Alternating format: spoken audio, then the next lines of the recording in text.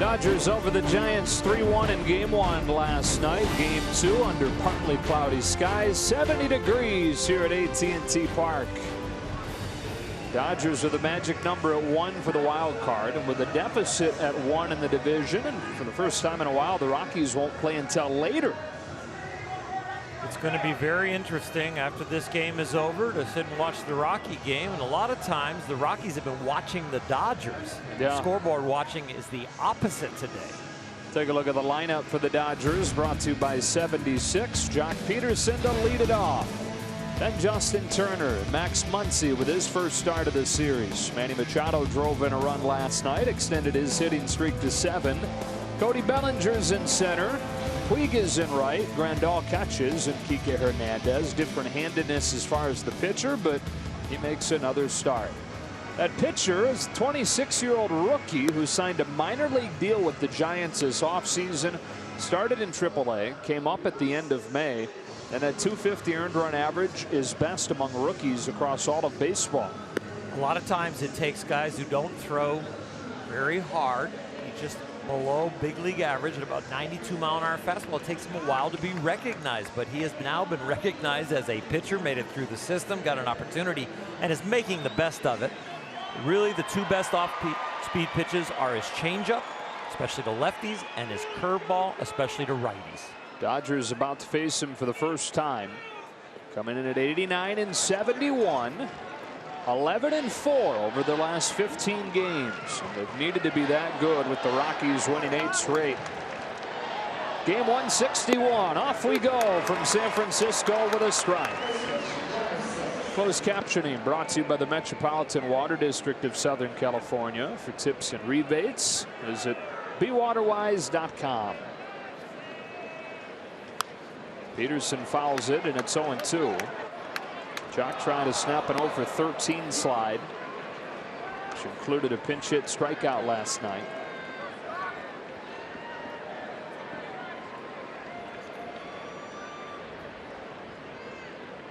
Rodriguez home with an 0-2, and Peterson with a pop fly foul. The kind of slide by Jock that you just mentioned will be interesting if the Dodgers go deep into the playoffs. Will it be a strict platoon when all of a sudden somebody hits a skid, or some players that are not the correct handedness get in the lineup?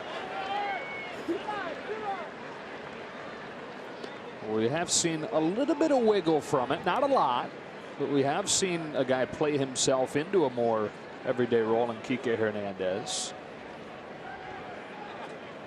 The 1-2. Peterson turns on it. High drive towards the corner. That ball is gone. And bang to begin 161.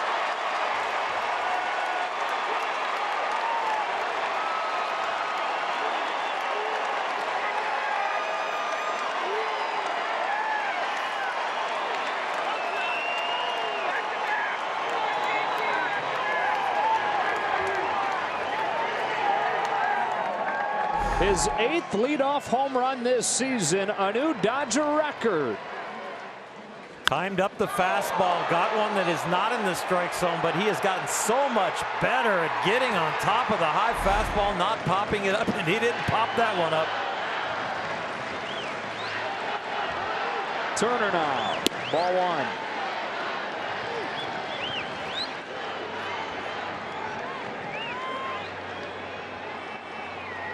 David Freese is pointing to a bat that was Chase Utley's. I don't know if that's the one Jock hit it with. 1 ball and 1 strike. If it is, Jock is changing bats like we change clothes. Twice during a party. It's a 2-outfit kind of day because you possibly could have some kind of celebration and champagne being poured. I don't know how big the celebration would be if they clinched a wild card spot, but maybe a little bit.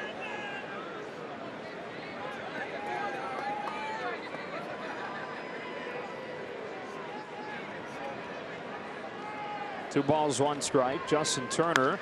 It's a fly ball to center field. Hernandez back with room on this one for the first out. So the bat that David Freese held up was a black bat. So I think this is a different one. This one has a red handle. The one that David held up, whole thing was black. This is not the bat that we've seen from Louisville Slugger, at least the color scheme. It could be the same shape, weight, all the measurements, but it was not that color before. He had made a trip to the Louisville Slugger factory and found one that he liked. One gone. Max Muncy watches a breaking ball for a strike. Max second in the National League behind only Christian Yelich in slugging and an OPS. And an 0-1 pitch. He watches ball one. I think Max is one of the candidates on the postseason roster when we get there that could start against a left-hander. Cody Bellinger maybe could also, depending on how good the breaking ball is of that left-hander. Strike two. You know, the tough thing is, and this changes some when the roster goes down to 25, but the tough thing is right now, yes, Max is making a case to play against left-handed pitching, but instead of who? Yeah, and then you always have the defensive quotient in there. High fly ball to right field, but he got under it, and Hunter Pence will make it the second out. You are for sure using two players in one spot when Max starts, because you're probably going to bring a defender in after they get a lead. You may look at it and say, well, why not for Brian Dozier, who's struggling the way he is? But you mentioned the defensive side of it. You do have to factor that in. 5 double plays yesterday in a tight game really made a big difference. Two gone. Here's Machado.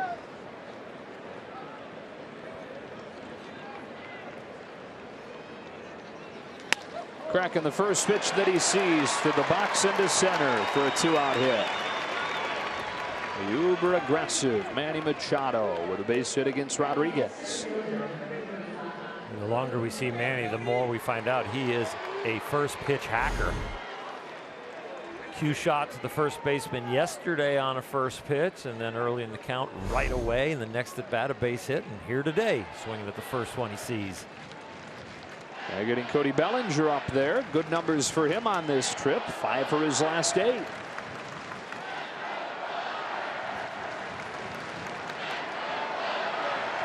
A lot of blue here today, buddy. It's some fantastic support. And I think with the Giant fans, they are just glad to be out and seeing their Giants in a beautiful stadium, beautiful weather. But you can keep them quiet if you could stay on top. The blue will be doing the cheering. That one fades back into the zone. Nothing in one on Bellinger. Pantone 294 is in the house. Taking up almost 2 whole sections.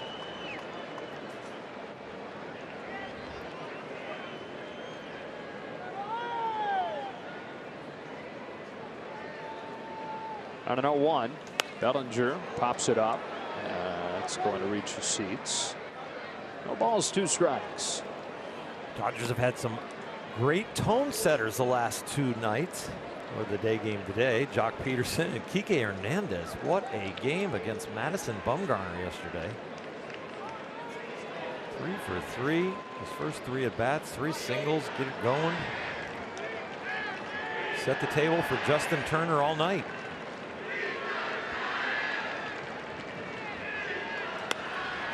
Off of the hands on the left side of the infield. Evan Longoria's got it, and the inning is over. But for the 8th time this season, and none bigger than this, Jock Peterson has opened the game with a home run, setting the tone for the Dodgers when they need it most. Kershaw to the mound when you come back.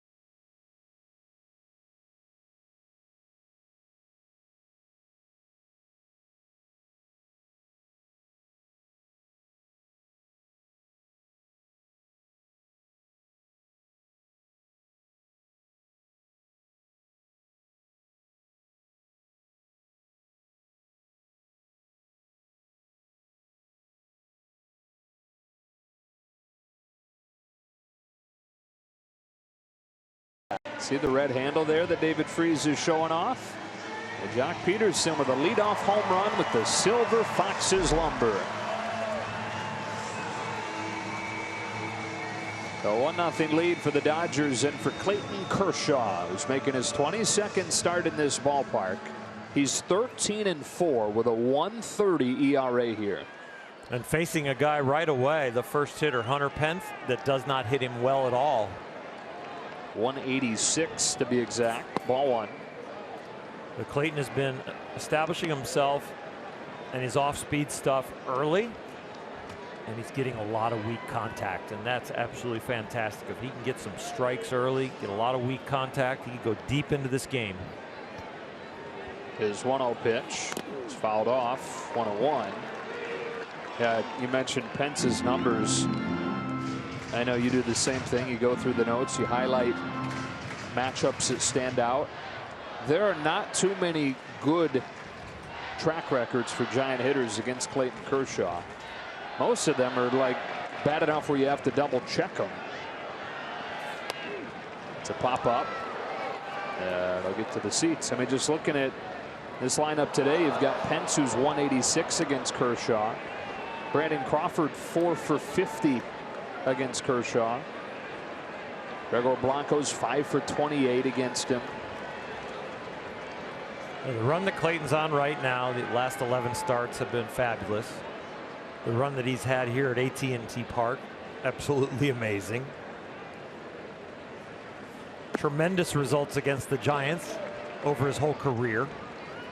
And all those ERAs, no matter way you want to look at it, against Clayton Kershaw, against these Giants, in any scenario, an ERA from about 1.5 down to about 1. So the batting averages aren't going to be real good. A 2-2. And a full count on Pence, who is facing Clayton Kershaw likely for the final time today. And near the end of his Giants tenure. We're celebrating him this weekend.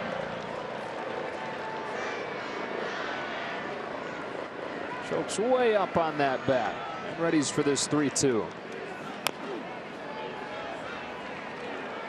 Of course, there's also the other side of that, and that is Clayton Kershaw, who has the opt-out to his contract following the season. So there is a chance, and you hope that it's an outside chance, an unlikely one, that this is the final regular season start for Kershaw in a Dodger uniform. Opens his night or his day with a strikeout of Pence. And one gone here in the first inning as we take a look at the Giants lineup, brought to you by 76 with Joe Panik to follow Pence. Then Longoria.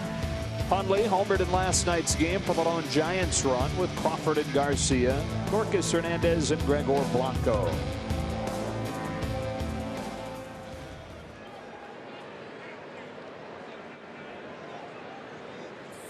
A strike.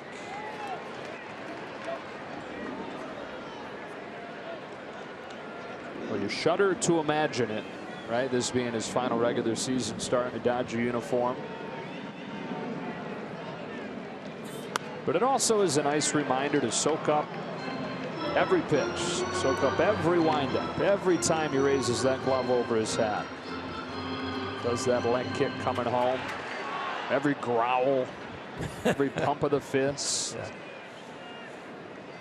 Every time he snaps at a ball thrown back from the umpire when he's upset with a call, all the little things. That's a ground ball past him. Machado's there, 2 out. That was almost on cue, and missing the ground ball back up the middle that he catches behind his back or between his legs, which he has done, and he attempted right here. It touched his glove. That's a 1-6-3.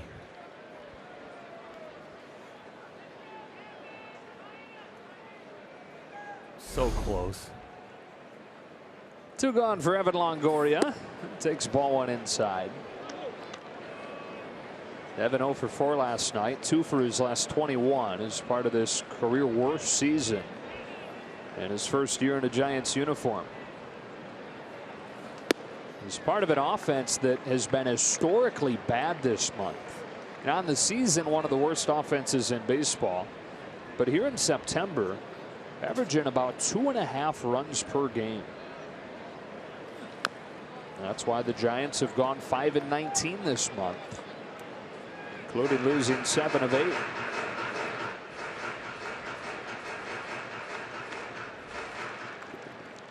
It's really hard to change the feeling in the clubhouse, on the bench, with your lineup, from we're just playing out the string to we got to get going and this is fun, when there's no offense.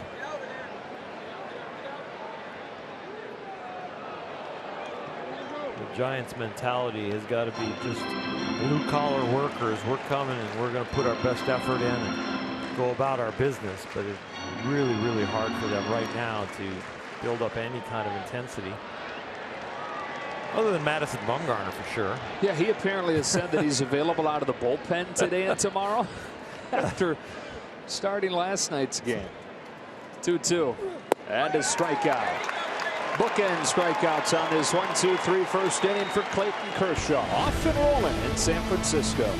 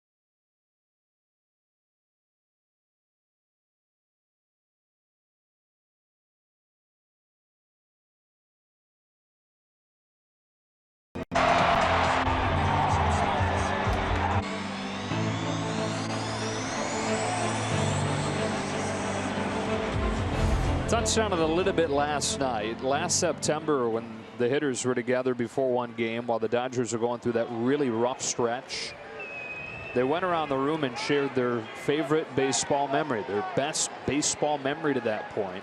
Chris Taylor talked about his walk-off hit to send Virginia to the College World Series. Justin Turner talked about postseason trips in recent years. Puig leading off this second, taking ball one from Derek Rodriguez.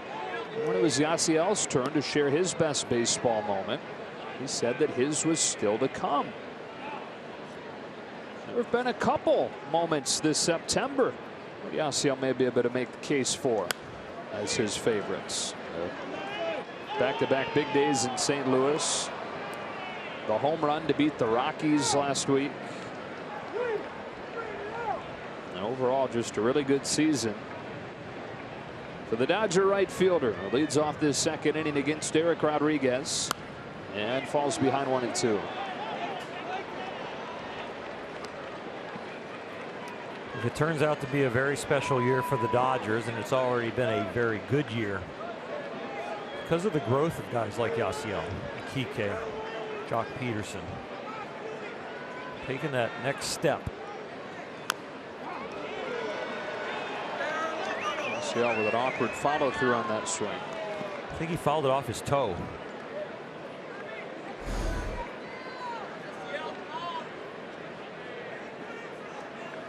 Nope. foul ball off his knee.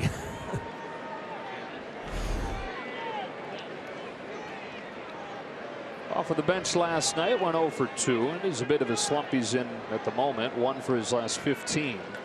Crushes this ball to left. Forget about it. Home run, Yasiel Puig.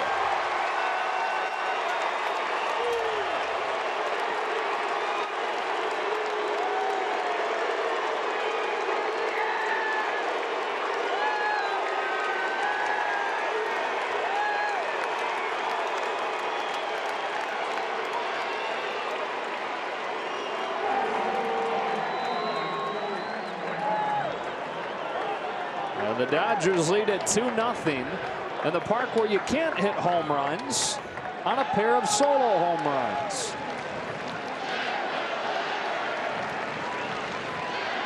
Grandal looks at ball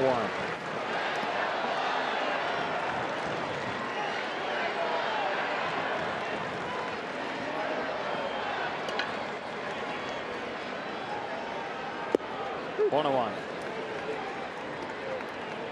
In a park where you can't hit home runs and against a pitcher who has one of the lowest home run rates in baseball.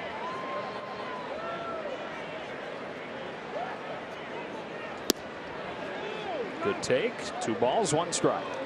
A couple things that are different than last night. Of course, it's a day game. It's warmer. The ball carries. The wind has kicked up. And the flags here are blowing out to left field. So you have a ballpark that has a reputation that when you crush it, it holds it.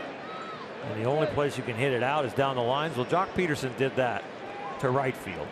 But Yasiel's ball, he could have turned around any wind. That ball was scalded. And now walk for Grandal. And for Derek Rodriguez, it's the first time all season that he's allowed multiple homers in a game. There's still nobody out in the second. Looked like a 2-seam fastball that he didn't get down by the knees. It was right by the waist, and Yasiel just turned it right around. Didn't put much arc on this ball, just like from there to there, a straight line to left field. 109 miles per hour off of the bat.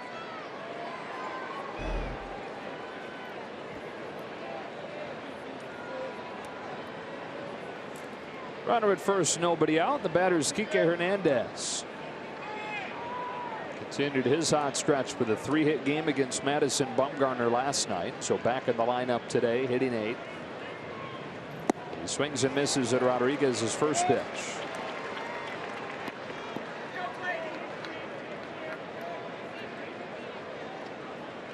Kike in there against the left-hander Bumgarner with his dominance of him, with the traditional lefty-righty platoon, but he's been better against right-handed pitching this year. It's a chopper to short for Crawford. They get 1 and 2.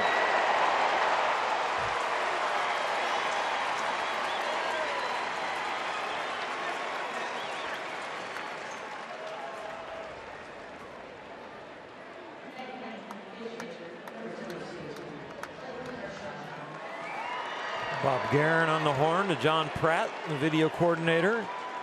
Play on.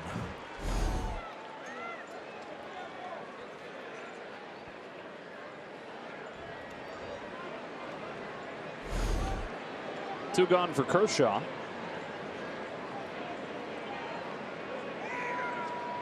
Three for 9 against the Giants this year in his 3 starts. 2 of those 3 starts were 2 of his first 3 of the year. He's been dominant against the Giants this year, but still looking for that first win.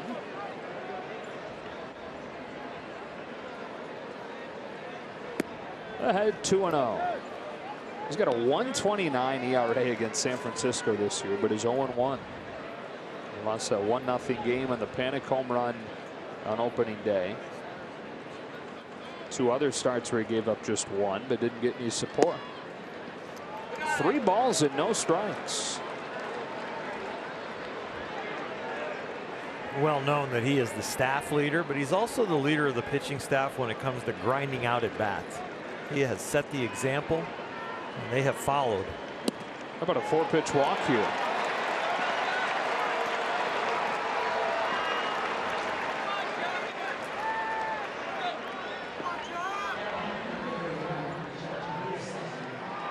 And it brings up Jock Peterson, who gets a good hand from all those Dodger fans in attendance, starting this game with a home run.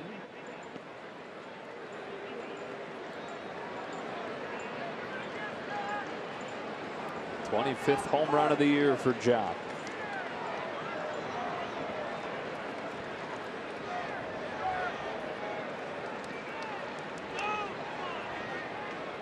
Wastes no time attacking this one. That's foul. It's 0-1. 25th overall. His 8th to open a game. That's a new franchise record as we look at our Landover Performance Spotlight. He broke out of his hitless streak in a big way and set the tone for this game. Woke the Dodger bench up, and you could see how anxious they were and excited to get into this game because he made that place erupt in the bench.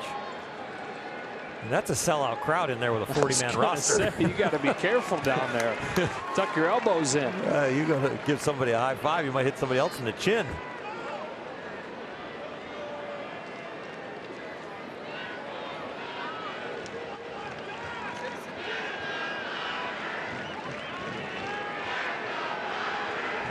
Oh-2. Another foul. Uh-oh, you didn't break Chase's bat, did you? Just seeing if there's any little splinter, because you don't want that to work its way down into the barrel.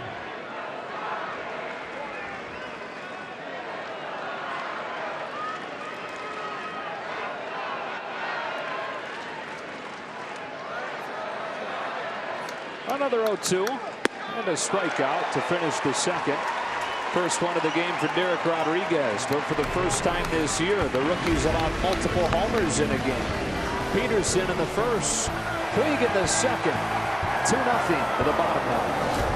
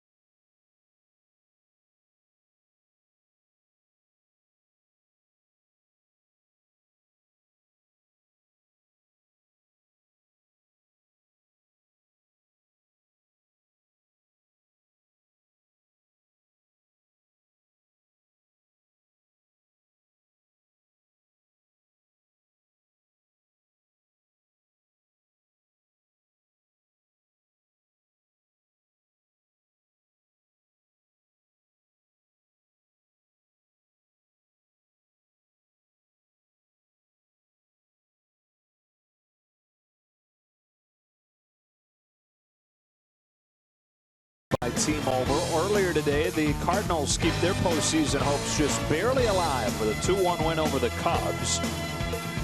Carpenter with a game-winning hit, what would prove to be the game-winning hit, scoring Harrison Bader with that base hit.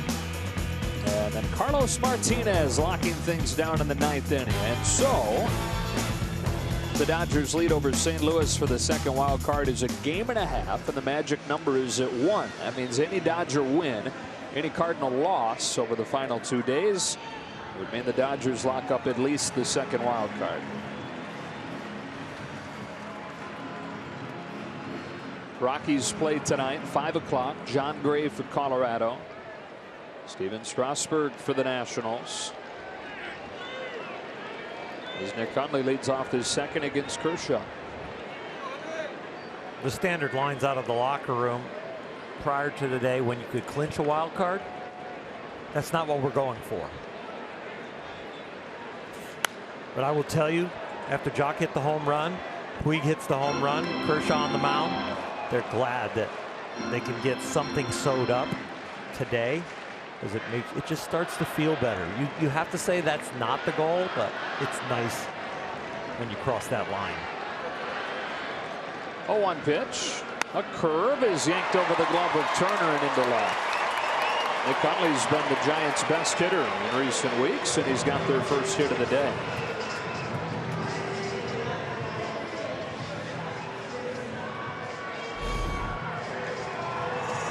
Clayton has been able this year to land that curveball almost 60% of the time. That one he left up, but the fact that he's been able to command it all year has been one of the things that has really allowed him to continue to be dominant. And especially against San Francisco, the breaking balls have been almost untouchable. It's been the fastball where the damage has come, what little damage there's been.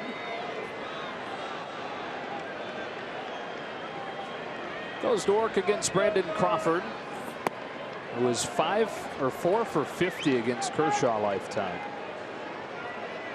So you're saying he's due? No. He's been dominated. Yeah. He might be due, but he's been due for a long time. And the 1-0 pitch. He looks at ball 2. Well, you could have said he was due going into last night. It's been a really rough second half for him, and he reached all 4 times. Had a hit, got hit, and walked twice.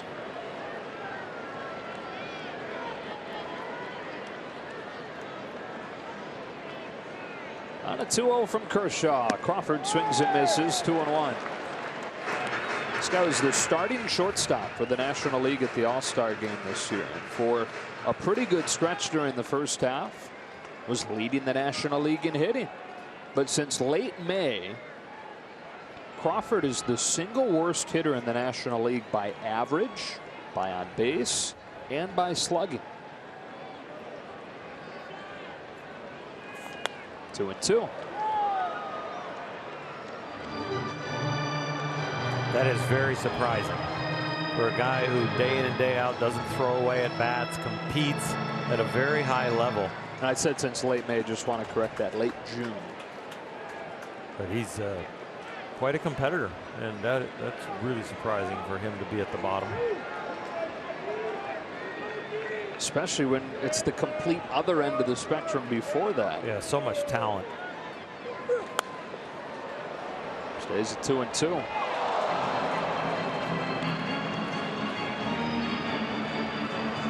A 31-year-old in his 8th season. Grew up here in the Bay Area, but played his college ball at UCLA.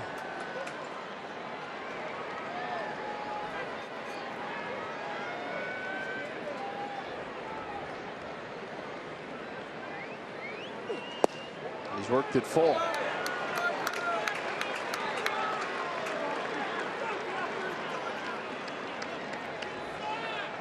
Surprising thing for Clayton Kershaw this year is he has reverse splits, but over the last 11 games where he's been really hot, it's flipped it back to what is expected. So he has been dominating lefties.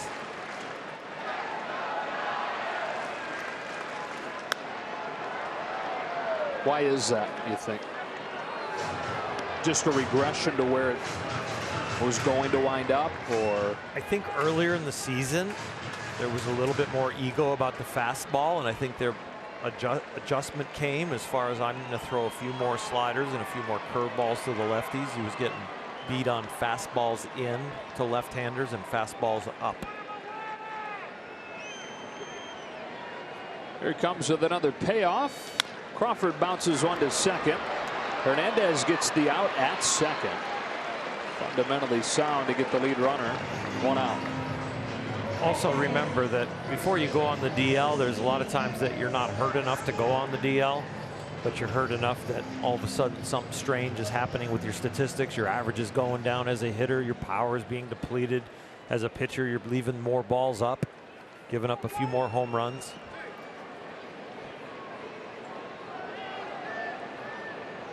From a right-handed batter with wonderful locks and a beautiful beard, and from a left-hander to a right-hander with those characteristics. Those are kind of lookalikes.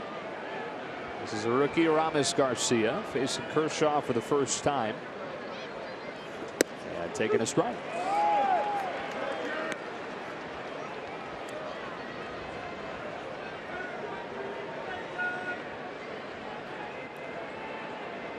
This is the generation of bearded baseball players. Yeah.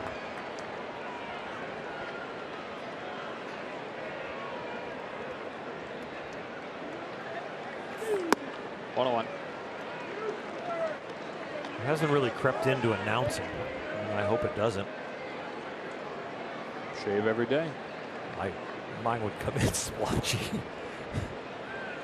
Could you ever have grown a really good beard? It would have taken a long time. Early in my life, it was put a little milk on me, let a cat lick the whiskers off. Excuse me?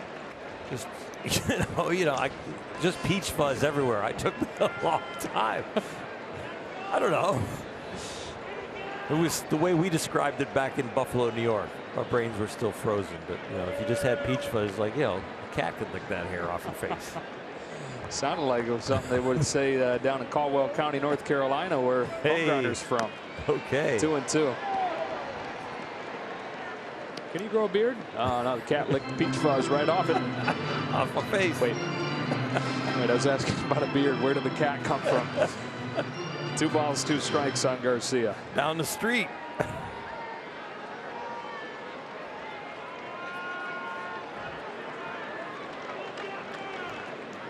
Where'd the phrase "a cat's got your tongue" come from? You got people looking that up on the internet right now. Full count.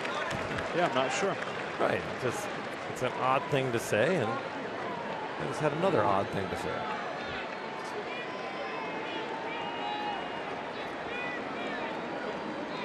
Some deep counts here for Kershaw. Crawford took him to 3-2. Here's another one. Cruz through that first inning. Leadoff single from Hundley here in the second, and then the back-to-back full counts. Back-to-back bouncers following it. Turner with a nice play. Not an easy hop to glove cleanly. He gets Aramis Garcia at first. Crawford to second, 2 out. A few choppy steps to make the charge. You can see the wheels turning with Justin down there, or maybe it's just my anxiety that he's been going through a little bit of a defensive slump, but he started a few double plays yesterday and helped out the Dodgers, and it was a good day defensively for him and the whole team.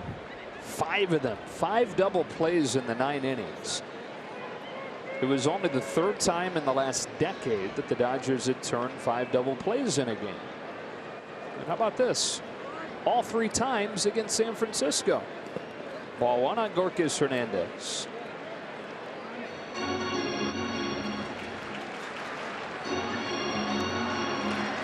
All in support of Hyun-Jin Ryu. Made yet another case. Could be a big part of the postseason picture. The Dodgers are able to get there. How about for Ryu not being on the playoff roster last year, but being an integral part of the rotation this year? It'd have been low, ball 2.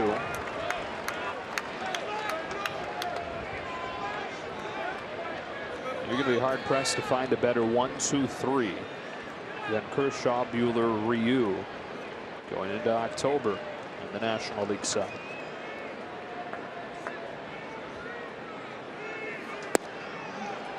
(3-0).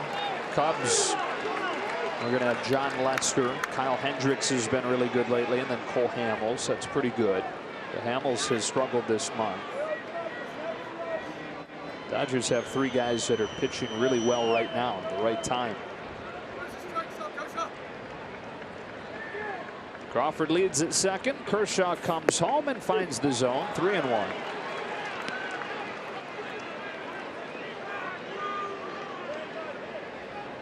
Milwaukee's starting pitching is the issue. Jolie Chacin, Gio Gonzalez, Wade Miley. They have a completely different scenario there. We want to get to their bullpen as soon as possible, where the Dodgers are going to be hoping to get 6-7 innings out of their starters, so the bullpen does not have to work quite as long. Fastball up and in for the first strike, and one down and in for the second strike. Another 3-2 count.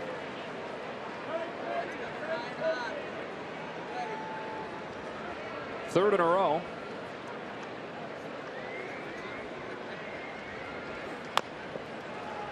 We'll do it again. Well, the Braves quietly have a few decent arms that can throw out there. They've got Mike Foltynewicz, all-star, sub-3 ERA. Anibal Sanchez has had a resurgent year. He's got a sub-3 ERA as well. Sean Newcomb, who almost no-hit the Dodgers. Julio Teheran, he's their opening day starter, but has the worst ERA on the staff. Ground ball. Machado won't get there. Crawford heads home. Peterson's throw. Not in time. And the Giants on the board in the second. It's one of those interesting plays at the plate after the base hit through the 6 hole. As Crawford's foot touched the plate, it might get over the plate, but does it touch the plate before Yasmani Grandal tags him on the backside? 2 out, base hit, RBI potential. Scoots through. Jock Peterson with a really good low throw. And then looks like he's already by. The ball arrives in time, but the sweep tag, by the time it sweeps and gets him in the lower back, the foot has touched the plate. Pretty skillful slide from Hernandez. Oh, from Crawford, beg your pardon.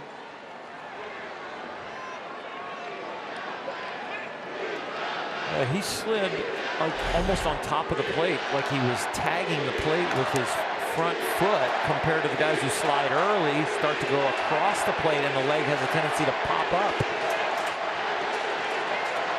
So 2-1. After 1-2-3 first inning, a leadoff single here in the second, and then 3 consecutive full counts worked by Giants hitters. Gregor Blanco now out of the 8th spot.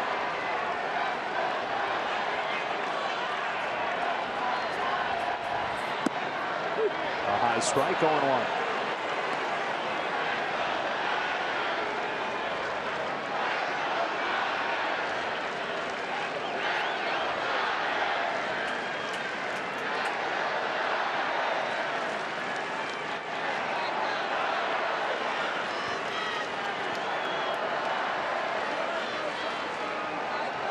There goes Hernandez. Grandal's throw perfectly done, and the inning is over. Lucas Hernandez not an easy guy to gun down, but Grandal does. The inning ends. The Giants get 1.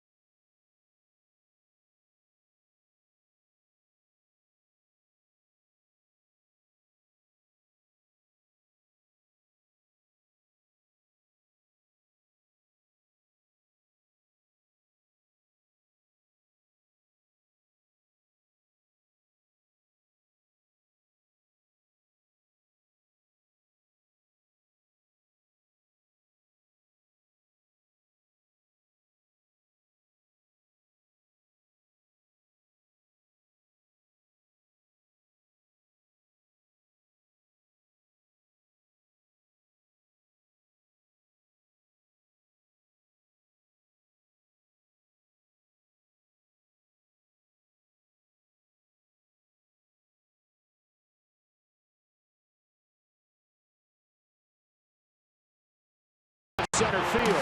At the track. At the wall. It's gone. Who else? Two-run home run, Justin Turner. And the Dodgers lead it in the fifth.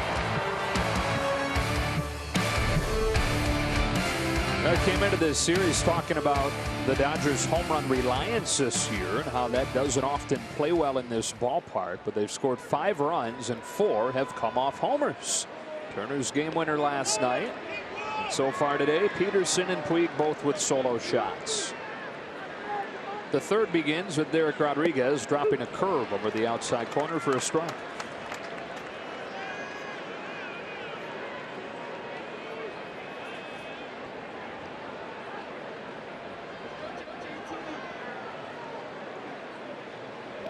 One-on-one.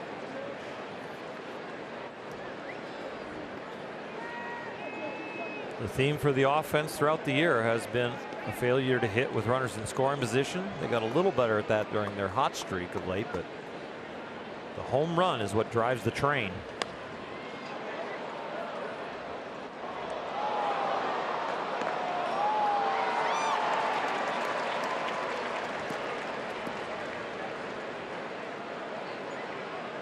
Puig got his 23rd today. Peterson got his 25th. Must be the home run club section. They're hanging together down there. Got to hit one to hang down here. Travis Smith, assistant strength coach there.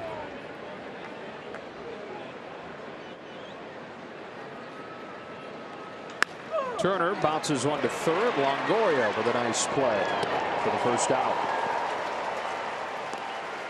MLB at Bat is your #1 Dodger app. Get Dodgers home screen icons and features such as pitch tracking, in-game highlights, live radio broadcast, stats, news, and more. Download MLB at Bat today. See that guy out there in the blue raft? Yes. You recognize him? Is that that's the guy that caught Turner's home run last night and in the championship series last year. Utley jersey? 1-0 on Max Muncy.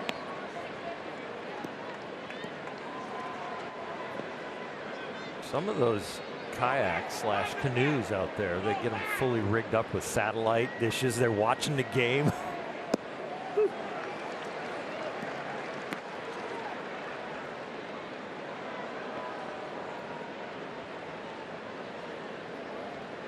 Put some subwoofers on them. Oh yeah. Bump your way through the bay. The Cove. Muncy lifts the ball to right center field towards Triple's alley. Did he get enough? Not quite. Off of the warning track. And in Triple's alley, a triple's produced. It's one of the only spots in baseball that ball doesn't go out. He gets the next best thing, a 1-out triple. Got the yellow line going up the wall. To the right of it, it's a home run. To the left of it, or to the right of it, it's off the wall. To the left of it, it is a home run. Max hits it specifically in that area. See if we can see where it strikes. Just a little short. Carrying around in that corner out there. Very rarely do you say corner in right center. Yeah. That's one of the spots that they have had preliminary discussions about bringing in a little bit. The new GM decides that's what they want to do. Infield plays halfway with Machado up there. He takes ball 1. That subject wouldn't come up if that wasn't a primer for there are plans to bring it in. I understand that the GM might have like some final say about how he puts it together, but people up in other offices have a say also. Chopper to short, breaking for the plate, and the crack of the bat is Muncy, and he's out. Crawford catch and release to cut Muncy down at the plate, and 2 out in the third.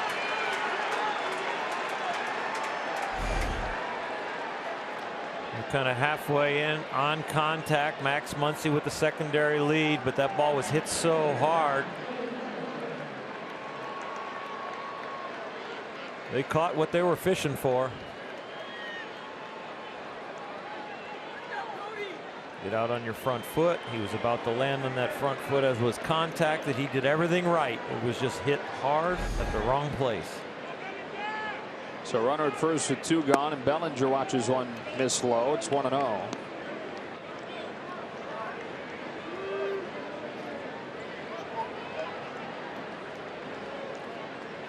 So the Dodgers come up empty-handed in their first opportunity with a man in scoring position today.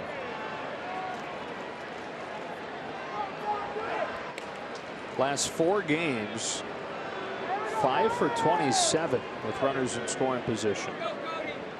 An issue much of the year, rearing its ugly head again here down the stretch. Overcame it last night with a home run, overcoming it thus far today with 2 home runs.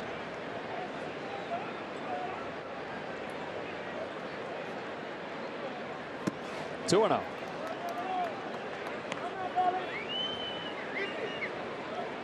It's a little bit of a trend when anybody just gets on, not even into scoring position. Right.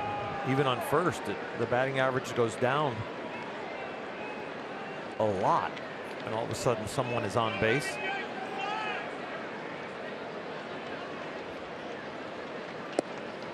Three and 0. It's definitely been addressed, and they've addressed approach. They've addressed not as big as swings. Maybe a little bit more into your more conservative 2-strike approach a little earlier in the count than instead of waiting for 2 strikes.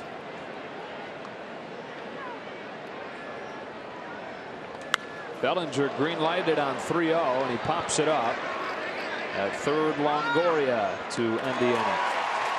Dodgers a missed opportunity here in the third. The lead remains 2-1.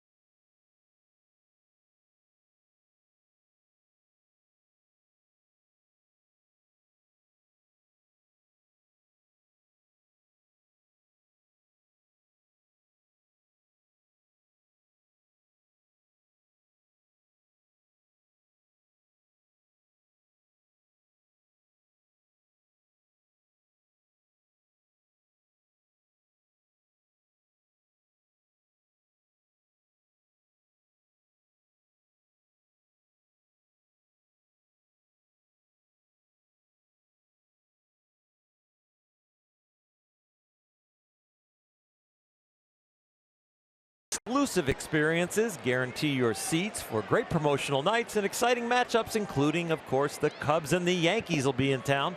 Receive 2018 postseason rights with the purchase of your 2019 season tickets. Visit Dodgers.com/season tickets. Kershaw's first pitch of the third is swung on and missed by Gregor Blanco, who's at the plate when the second inning ended. Dorcas Hernandez getting caught trying to steal.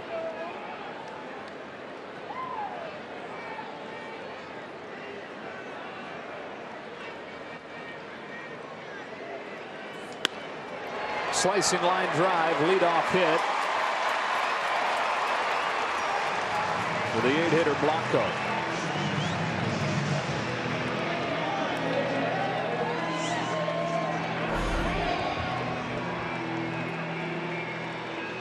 Well, one good thing about the hit, it was early in the count, not a deep pitch count. Now you can go ahead and try and get 2 outs with a double play ball. everything will be back in order. It's Derek Rodriguez, who was drafted as an outfielder. Minnesota Twins, 2011. Bunts this one foul. Didn't move the pitcher until 2014. He was a .216 hitter in the minors first few years, and it was his idea. He's known for a great arm as an outfielder and known for that very quiet bat. And so he brought it up. He said, what do you think about giving pitching a try? Did for a few years in the minor league system with the Twins. They're signing the deal with the Giants this offseason. He's looking very pitcherish on these couple bunt attempts. Or like an outfielder that never bunted. That too. Squares around, his posture is kind of upright. Then as the ball's coming in, he bends his knees to get down to it and has dropped the barrel. The technique is not there. Yeah, maybe it's wrong to say he's looking pitcherish, looking like a cleanup hitter.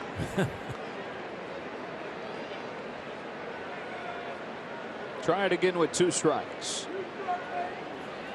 Yeah, it didn't work. 1 gone. It's not real good technique when you're standing up, and then as the pitcher's delivering the ball, you get down to crouch and you're moving your eyes. Then you continue to move your eyes and get the bat in a poor position. It's not going to accomplish much there. Second time through the order now, and Bruce Bochy trying to get Hunter Pence as many at-bats as he can here in his final weekend. He's got him hitting leadoff. Struck out his first time.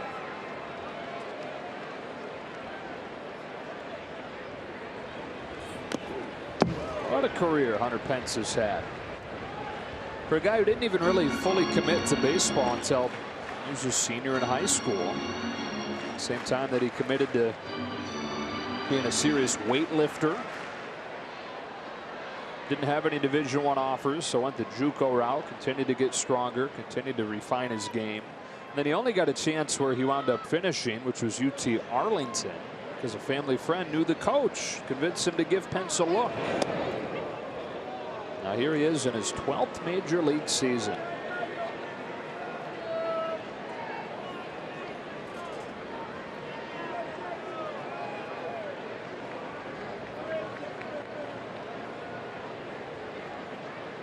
Finishing off that contract extension that he signed early on in his time here.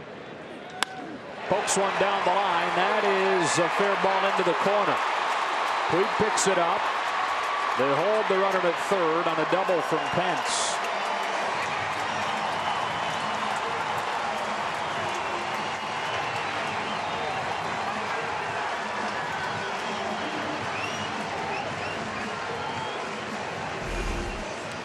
Of a short, just very abrupt swing. Ball's away from him, hits it down the line. You see him just kind of reading the pitch as he's swinging. Not super aggressive. Clayton supplied the power. It's a nice play by Yasiel Puig down in the right field corner. It's almost one of those less is more plays where in the past we've seen so much exuberance from him where all of a sudden the ball just comes hurling back into the infield without an idea. He just got in the corner and just basically just a nice solid throw to the cutoff man. Now with a tying run at third, the go-ahead run at second. Joe Panik swats a line drive to the left. Peterson has it on a bounce. Pence read it beautifully.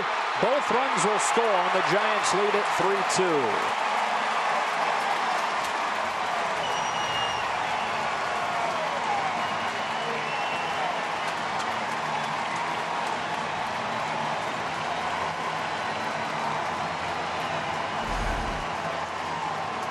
Wasting no time, Panik picks on a fastball away. Jock really going to rescue the runs, and it would have rescued the whole inning because Pence broke right away. He said, I'm going. So you're going to double him off if you make a spectacular catch.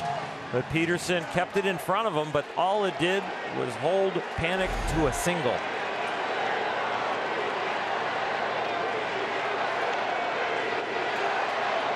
And bring up Longoria.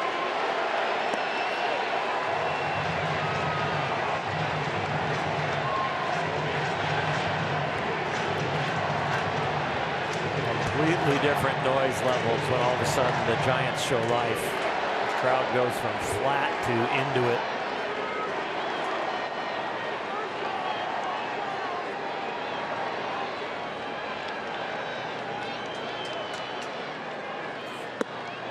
2-0. Really for the Giants, this is kind of their season. An opportunity to ruin the rival season. As far as the standings go where they are, it's been a lost year. 73 and 87. 17 games out of first.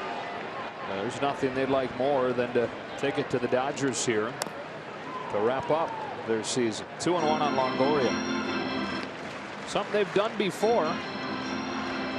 Really, both sides of the rivalry have spoiled each other's finishes. Most famously, 1951, the shot heard around the world. Same thing happened first year at Dodger Stadium, 1962. Giants stole it from the Dodgers in a tiebreaker. It's popped off the end of the bat. Long run for Kike Hernandez. He gets there calmly and makes the catch. And then a more recent memory, 1982. Dodgers needed to beat the Giants on the final day of the season at Candlestick to force a tiebreaker with the Braves. Joe Morgan broke a 2-2 tie in the 7th. A 3-run home run.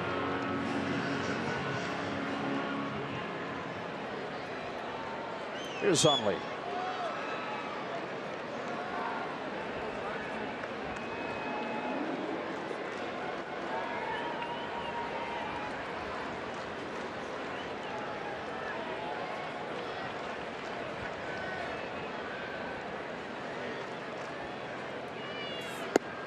Ball one.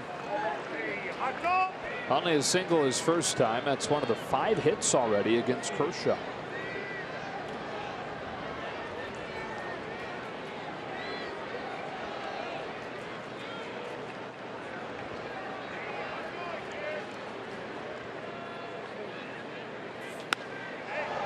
Fly weakly to left center.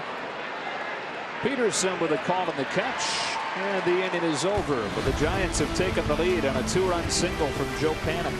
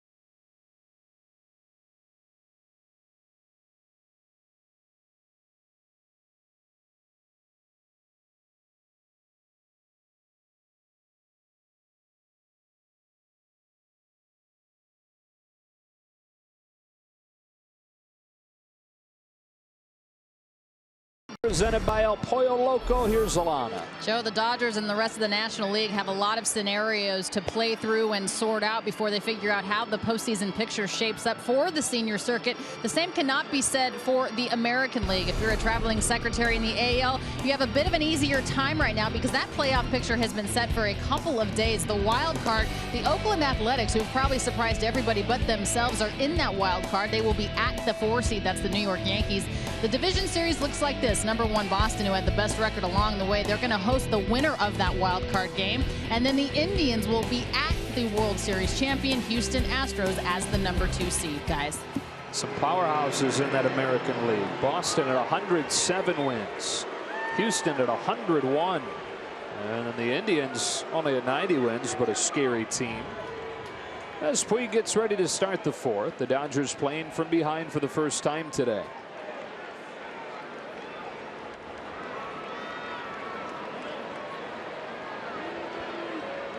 Rodriguez delivers, and Puig takes ball one. They've taken a 2-0 lead on Puig's leadoff homer in the second. It was a line drive, and it was out of anywhere. This one of the tougher ballparks to hit it. Puig could do it anywhere with that kind of bolt. As you saw on StatCast AI, powered by AWS. Except for Fenway. It would have been a double off the wall, Yeah. maybe even a single. Thing may have ricocheted back to the infield. Chases 1-2.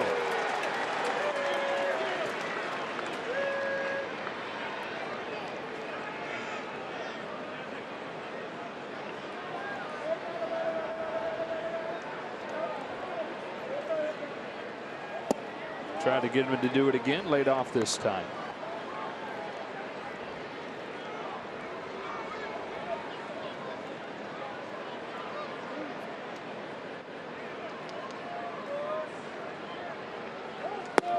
Full count.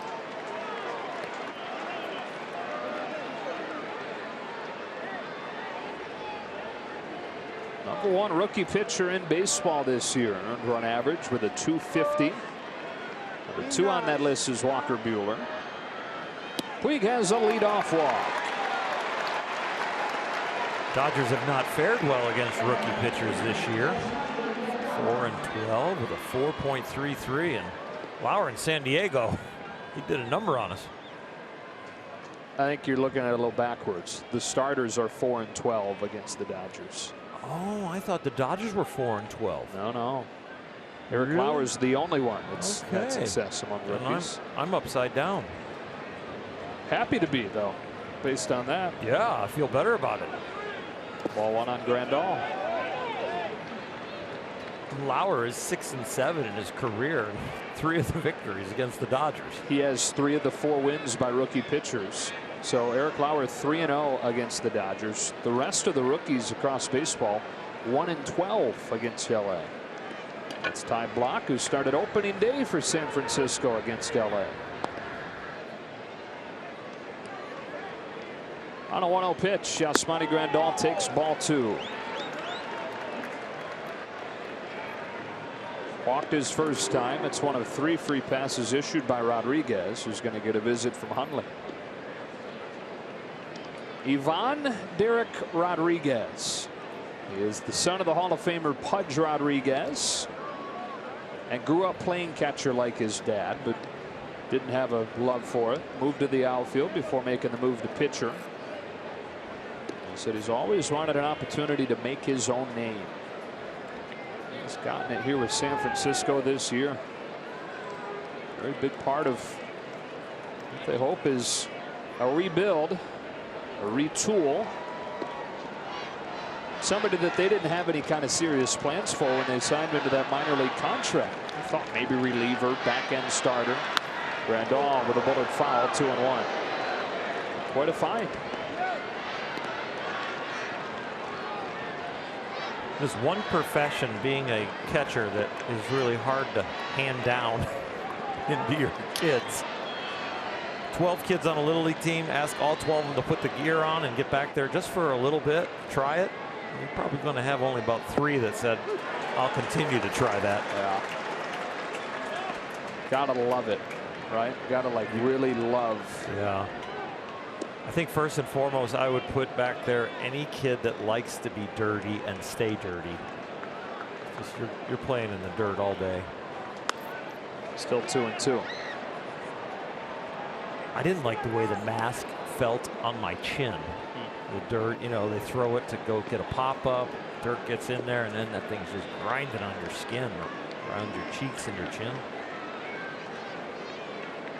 Need some good face lotion for that. It's a new product for little leaguers. Grandal cracks his bat, flared into short right. That is down. Puig up to second. Something brewing for the Dodgers in the 4th.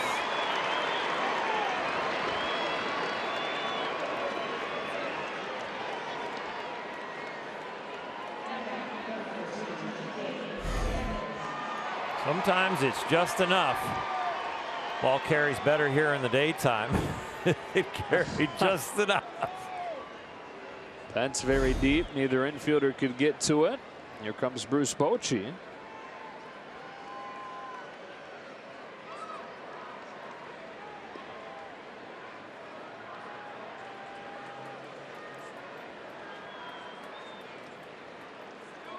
Beg your pardon, that's Kurt Young, the pitching coach.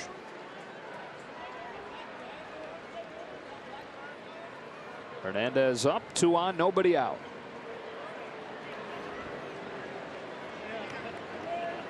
I'm sure it's a warning like, don't default to thinking he's going to bunt. Let's be careful on this first pitch. He is not bunting. He has been a hot hitter. 3 for 3 last night.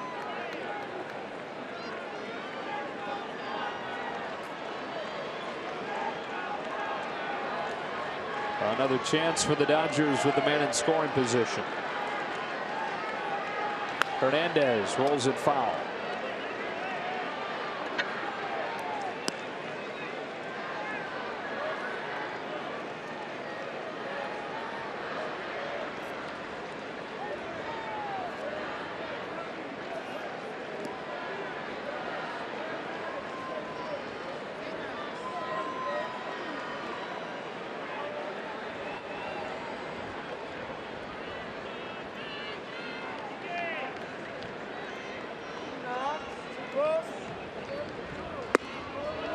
Rides up and in. 1 ball, 1 strike.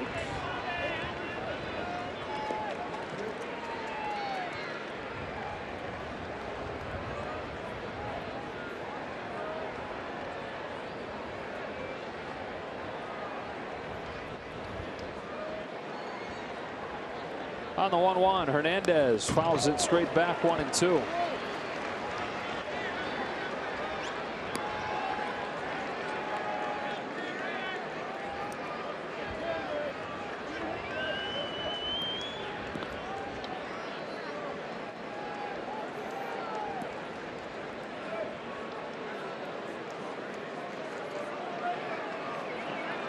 Three walks, 5 hits for the Dodgers against Rodriguez today.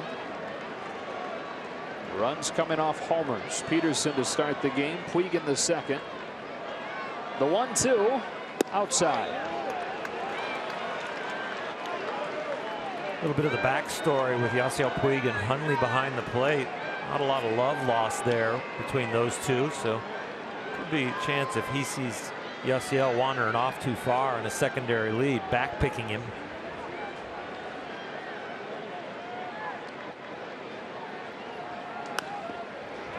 Popped up right side. Garcia giving it a look, but out of room.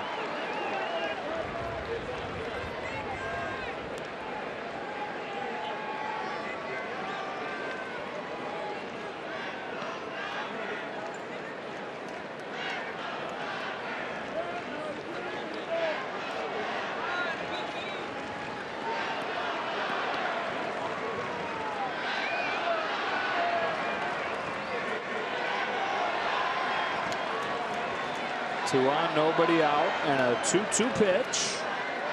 Hernandez strokes one to right center field. That ball splits the gap. Hernandez headed for second. Puig in to score as Grandal stops at third on a game-tying double from Kike Hernandez.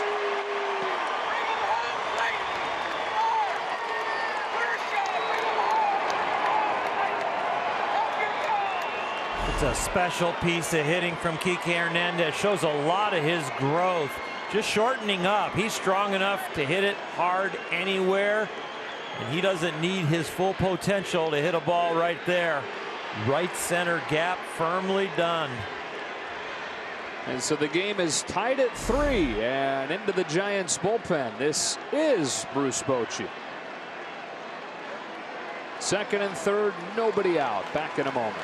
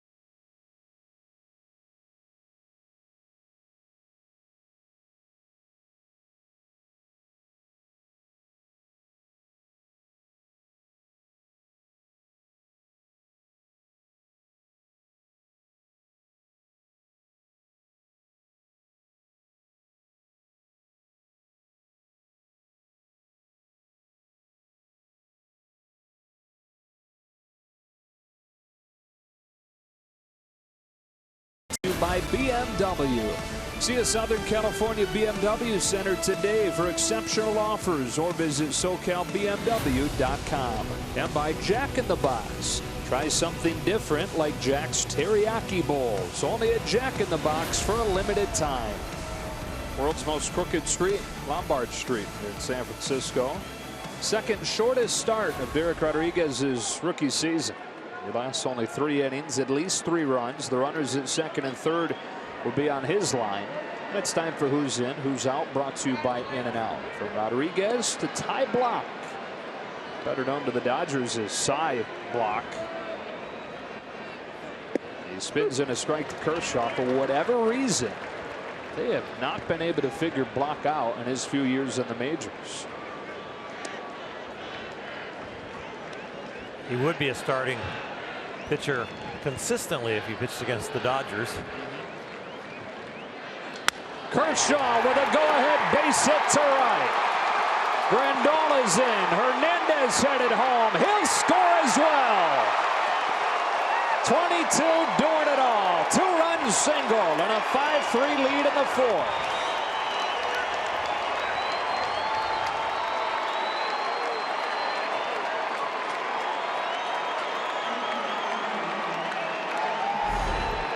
Four-pitch walk in his first at bat. This one a breaking ball that he stays on, hangs in there just enough to use the end of the bat. Hit it to short right field for the base hit, which gave Kiki Hernandez enough time to score in front of Pence's throw. Kershaw does it against a left-handed pitcher, saying, "You can't platoon me." Ball one on Jock Peterson. Dave Roberts leaves in here with the left-handed pitcher now on the mound. Pretty standard to see Dave Roberts, regardless of the stage of the game, when it gets to the bullpen, and the handedness changes to start using his reserves. Saving bullets, but he's got a lot of them.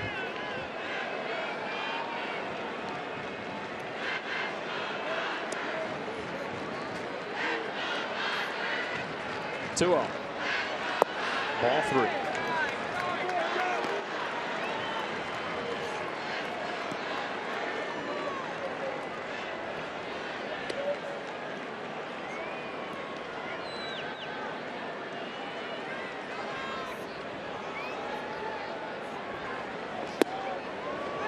On a 4-pitch walk.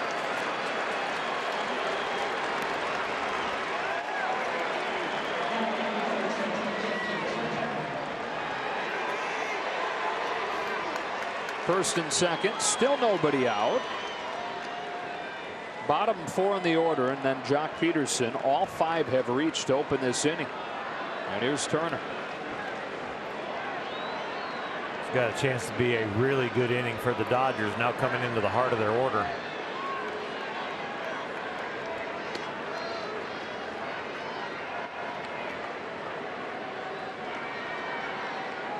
Justin 0 for 2 today.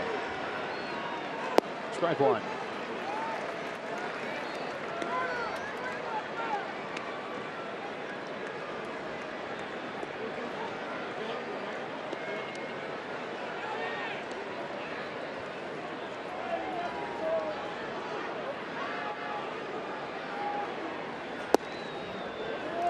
Ball 1.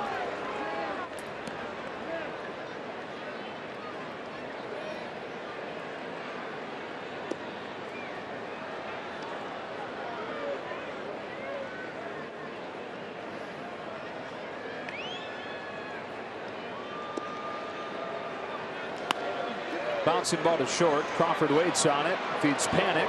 Whips it to first for a double play.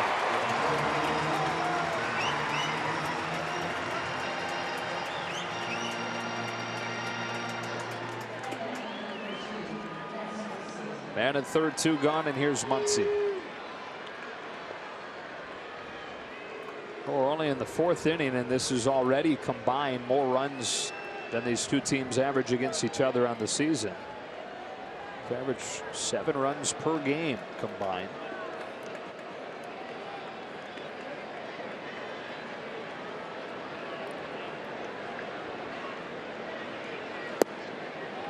Ball one on Muncy.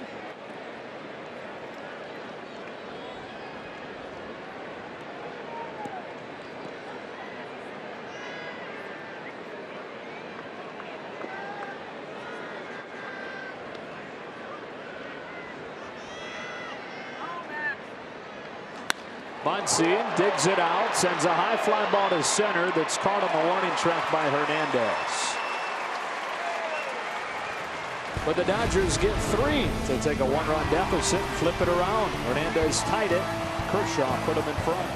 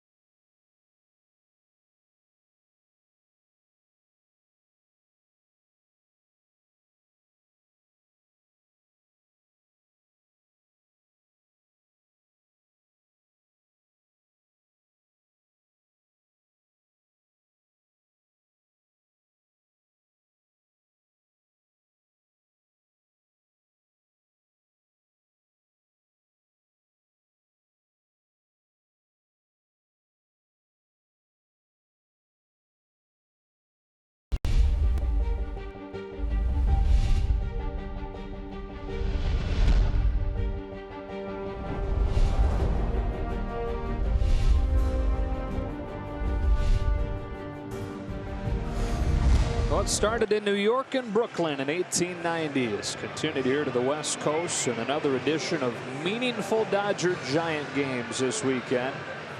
Dodgers taking the opener last night 3-1 and taking the lead here in the 4th inning of this one 5-3. Kershaw pitched in one of those meaningful games on this date 3 years ago. Complete game, 1-hit shutout, clinching the division for the Dodgers on a day where he struck out 13. Looking for some of that dominance now that he helped the run total for the Dodgers with his RBI single. Brandon Crawford to lead this inning off, then Garcia and Hernandez. First pitch, ground ball. 1 pitch, 1 out.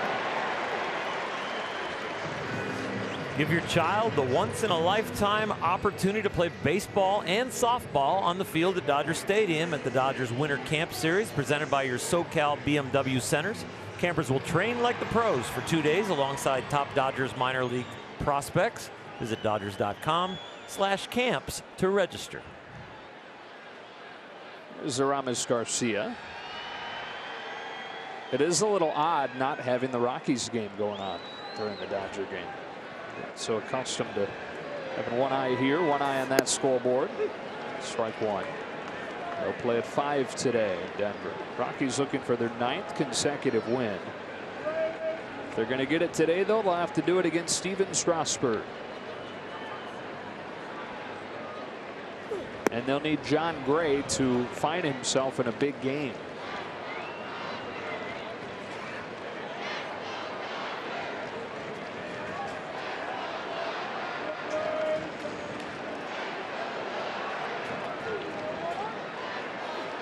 One and two. Another story about that Rocky game is their winning components that they've been using in the bullpen have pitched back-to-back days, all of them. So if John Gray doesn't show up, if he looks like the guy we saw, which was somebody that didn't look like he wanted to throw many strikes, and at some portions of the game didn't look like he wanted to be out there. Could be a lot of work for the Rocky bullpen that is a little bit on the spent side. Even if he's good, right? I mean, even if he goes 6 innings, the 3 guys, Olberg, Ottavino, Davis, you mentioned, have all pitched back-to-back days. But could be a nightmare for him if he does what he's done similarly big stages. Here's another 1-2 and a strikeout. 2 out in the 4th.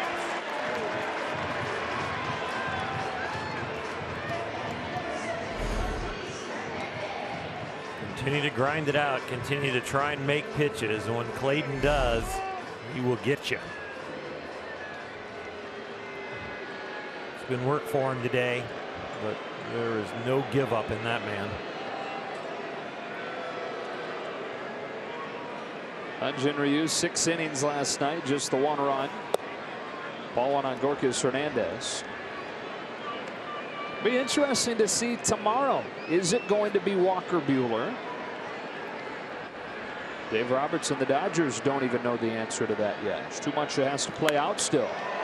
Fly to left field, no big deal for Jock Peterson. Clayton Kershaw, after putting him ahead in the top of the inning, works a 1-2, 3-4.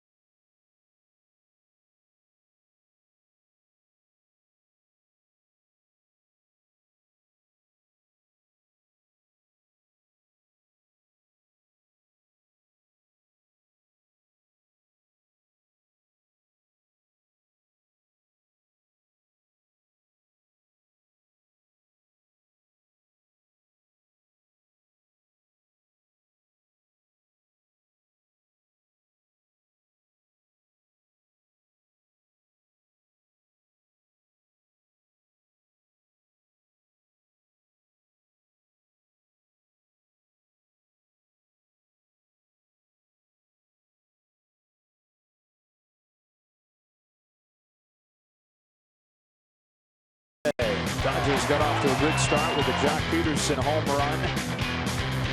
Cleveland started the second with a home run. They fell behind, but it was brief. Getting 3 runs in the top of the 4th to retake the lead at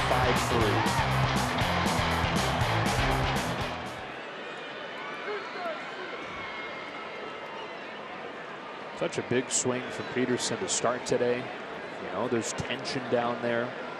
Stress. The Dodgers trying to find a way into the postseason. A leadoff homer.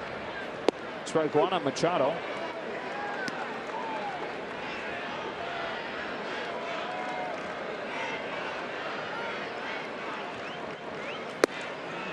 One on 1.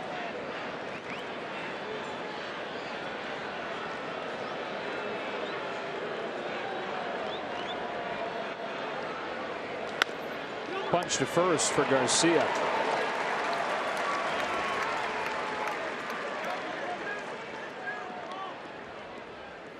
Conspiracy theory for you. Okay. I know you love them. Ty Blach has been good against the Dodgers. It's part of it. Ty Blach is a Denver native that grew up a diehard Rockies fan. Trying to help his boyhood team out here. First one to Bellinger. It's a strike. Parents took him to his very first game at Mile High before they opened up Coors. And then he made his major league debut at Coors Field. Garcia can't get this one, and Bellinger will reach as Garcia kind of gave up on it. Be a deep conspiracy theory if they would remove that from his bio for today. What would be the wrinkle there? Hometown, and it just was blank. Just erased it. Yeah. Might be a little something in there, you know, on top of I'd like to pitch well. Yeah. That is an error on Garcia. Here's Puig.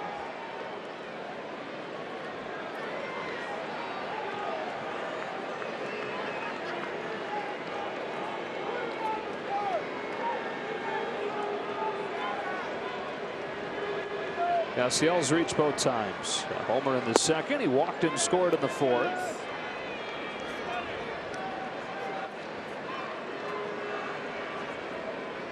Quickly down to the bullpen goes Ray Black.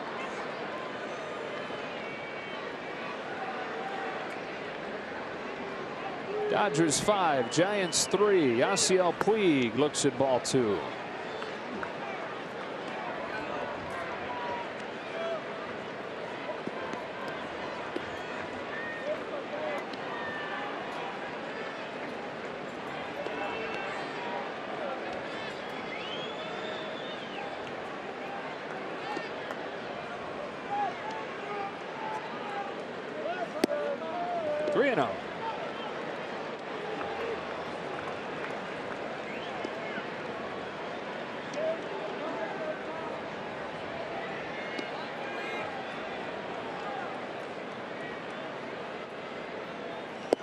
Strike one. Yasiel now incorporating a leg kick when he's taking. Nobody takes a pitch like Yasiel Puig. Full count.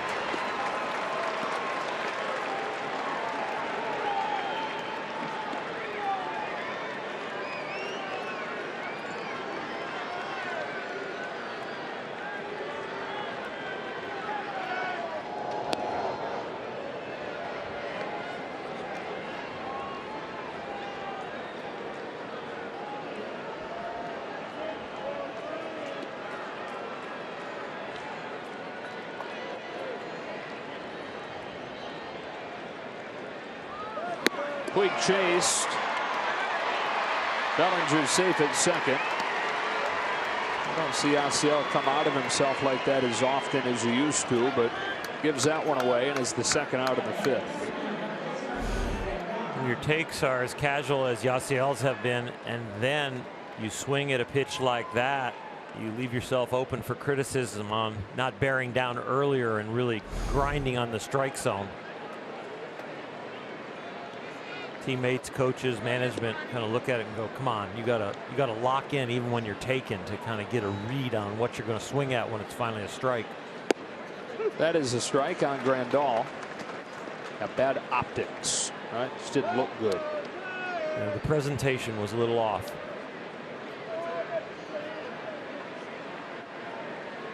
For Grandal, the line looks better than the actual batted ball. He had a dunk shot single his last time. But has reached both times today. Walking a hit. It's been a good last week for Yasmani. Batting right-handed here, first time tonight.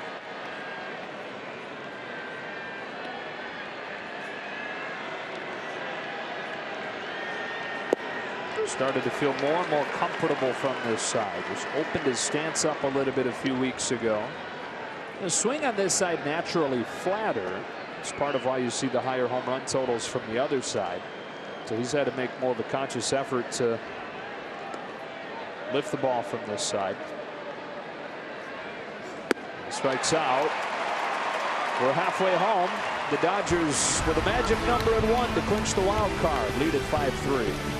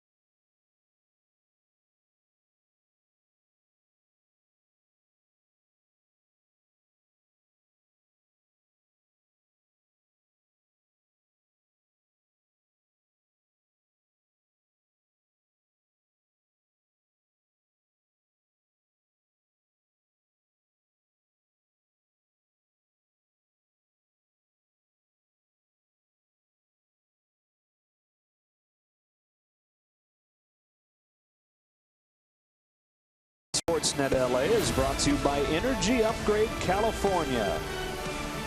Now by Carl's Jr., now serving condiment meats with pastrami piled high atop the pastrami thick burger. Try one today. To the bottom of the fifth, Kershaw and the Dodgers with a 5-3 lead. 62 pitches through 4. He will push up against 100 or just barely cross over that. So still can get himself and the Dodgers to the 7th.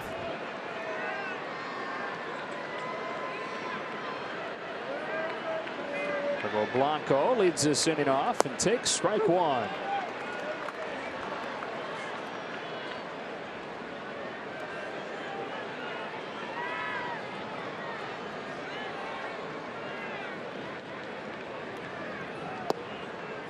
One ball, one strike.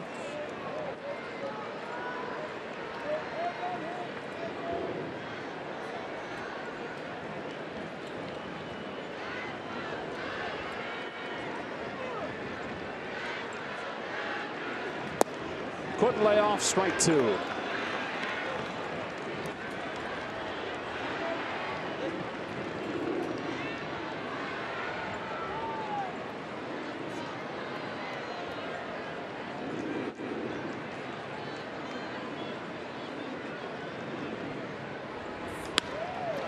Floated to center. Bellinger makes a running catch.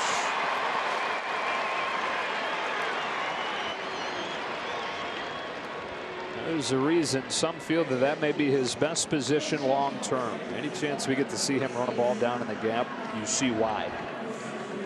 And if he continually develops as a power hitter, that's an advantage for the Dodgers to have a great defender in center field and then also have somebody who brings power to the lineup.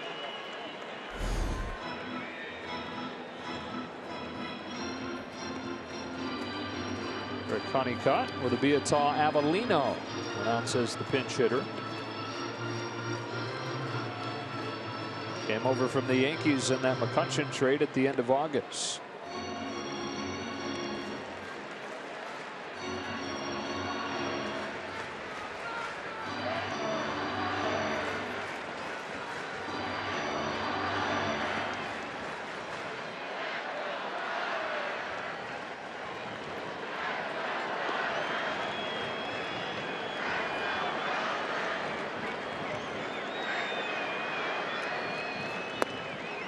One ball, no strikes.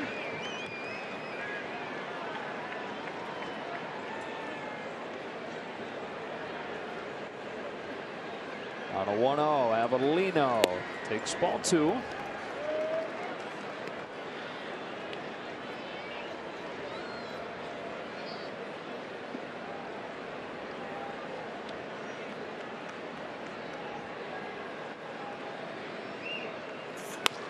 A bullet to left and a base hit for Avellino. Peterson hustles over to hold him to a single.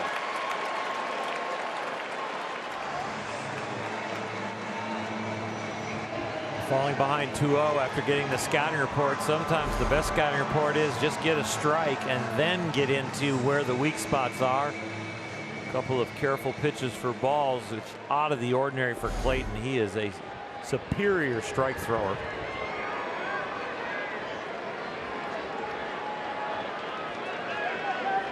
Third time through the order now, Hunter Pence.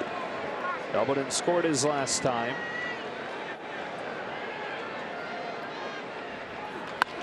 Down the left field line, hooking. That's fair. Peterson's got it with a bare hand. Here comes Avellino. Machado's relay. Dropped by Grandal. RBI double for Pence. And back to a 1-run game.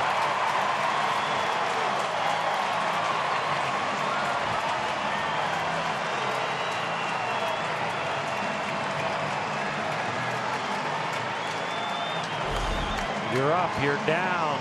Pence goes to right field. Now he goes to left field. Who knows what's going to happen in this game? It's back and forth, and the emotions are high. And it's a lot noisier in here when the Giants do something positive than when the Dodgers are on top. Osmani has struggled at times receiving the ball at home plate for tag plays. That one didn't look like it ever got in the glove. His 4 runs match the most that Kershaw has allowed this season. Joe Panik takes ball 1.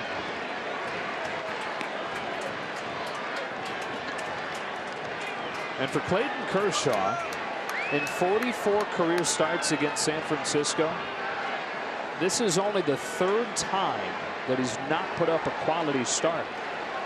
It's the highest percentage of any pitcher against any team ever.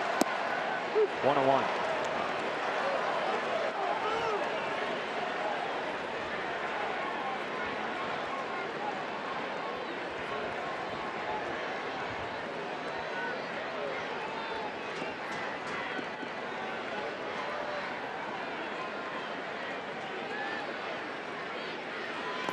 Kicks away from Grandal.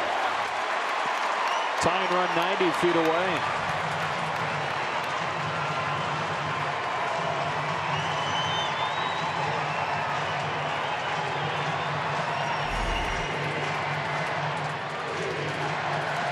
Osmani will tell you that that needs to hit softly off his chest protector or softly off his glove. Sometimes you catch a bad break as a catcher and it hits the heel, and I think that's where it got him right there. That padding around the edge of the catcher's glove is the firmest thing that you're trying to block it with. You drop the shin guards, which could deflect it. Everything else is supposed to be soft. Infield comes in. Panik fouls it off 2-2. Joe Panik drove into back in the 3rd. Giving the Giants a lead that was short-lived. Dodgers responding with 3 in the 4th, but here come the Giants again, refusing to lay down, which you can appreciate as a fan of the sport after what you saw from the Phillies this week in Colorado.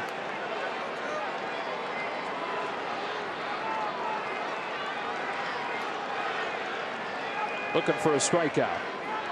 Taken in the dirt, full count.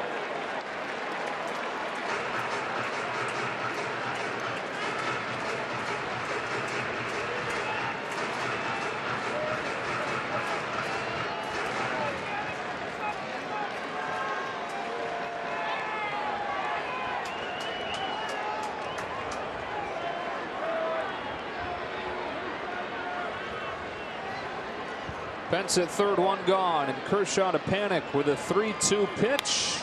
That's flipped into left. Peterson settles under it. He's got it. Here comes Pence. Here comes the throw up the line, and the game is tied.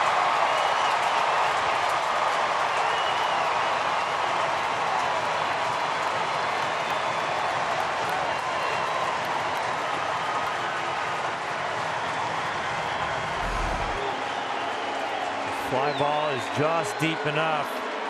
Third base coach Ron Wotus not only take under consideration the depth, but accuracy of arms. And what is the plus-minus differential of the accuracy? This ball arrives on time if it is perfectly on line, but you can't throw it perfectly on line every time.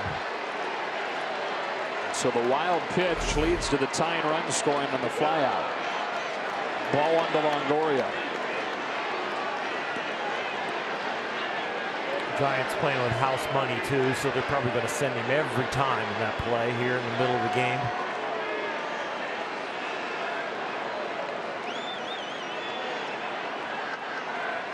The 1-0. Sharply hit. Machado gets to it. And an infield single for Longoria.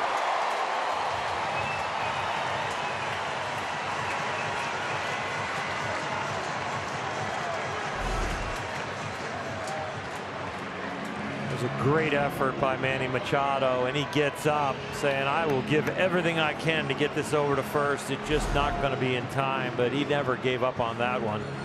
A lot of guys easily could have dove, caught that, and go, there's no chance, but he kept at it. If there's anybody that has the type of arm to not be crazy considering it, be that guy.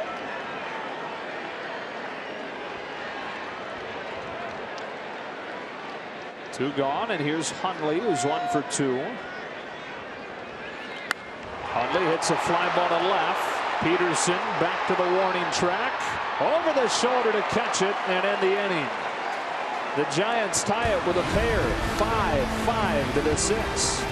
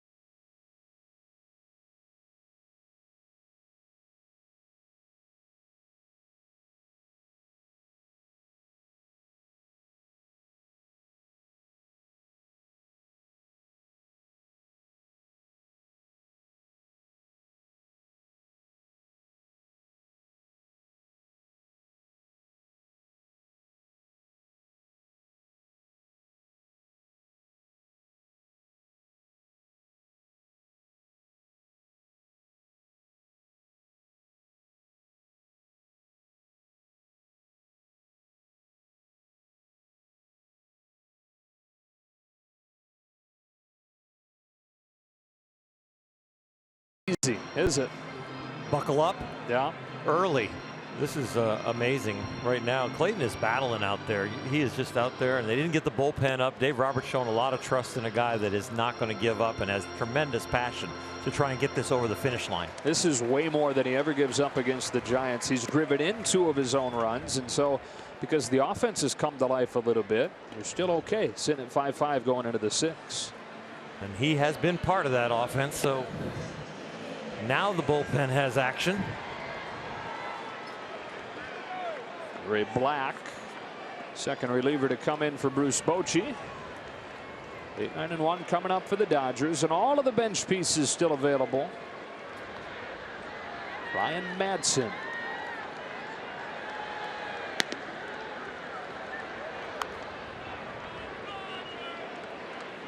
It's all 11 bench pieces, all 11 potential players for Dave Roberts to bring on as this game goes on. Hernandez tied it with a double his last time. He takes ball 1 from Black.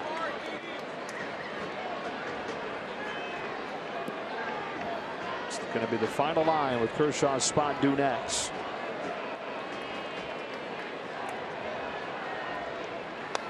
Fouled off 1-1.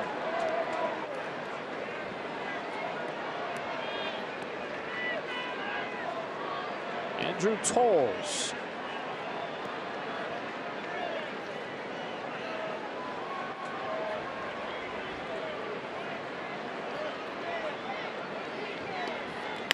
Ground ball, base hit. Kike Hernandez coming to life here in 2018. And down the stretch, taking it to another level for the Dodgers.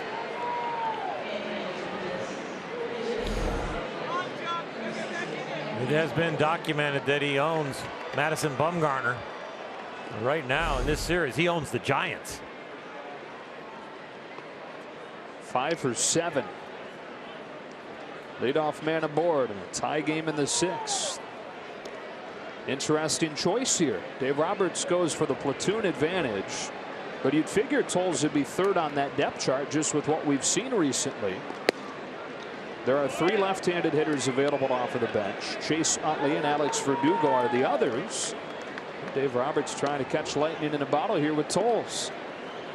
And I think he's saving the other pieces because this is a close game right now, and there might be a crucial at bat in the 8th or 9th that he wants to use the more veteran players. And that would be Utley. or maybe the more potent bat lately, which would be Verdugo. Tolles is bundled up like it's like 40 degrees here. It's 70 today, Andrew. I don't like cold. Georgia boy definitely doesn't.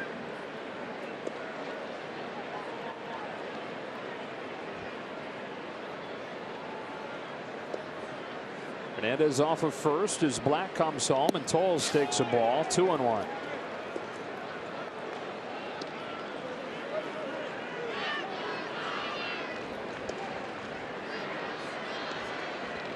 Andrew's philosophy on hitting really fits a pinch hitter. I know he wants to be an everyday player, but he's just kind of a see ball, hit ball kind of guy.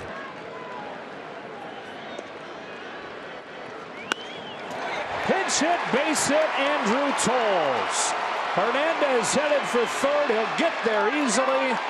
They've got him cornered with nobody out. I don't care if it's a right-hander or a left-hander, the ball's got to come over the plate, and I can hit. And that's Andrew Tolles' attitude, and he puts it on this baseball. Ball's over the plate. He extends his arms, puts a sweet swing on it, and comes up big.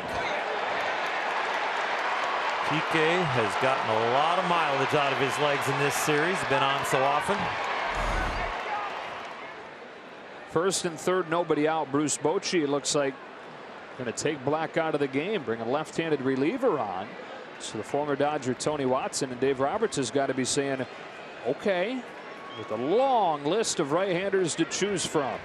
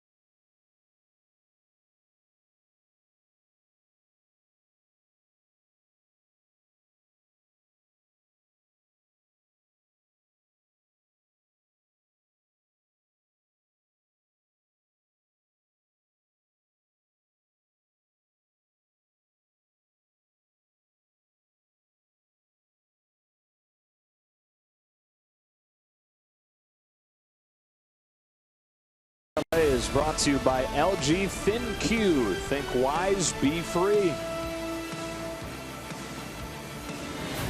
It's Tony Watson on to pitch for Bruce Bochy with runners at the corners and nobody out in a tie game in the sixth. And Dave Roberts had a group of 8 right-handed hitters off of the bench to choose from. He'll go with Chris Taylor. It's over the likes of Dozier, Freese, and Kemp. Strike one. Outfielder for outfielder, right-handed hitter for Peterson. Improve the range of the outfield.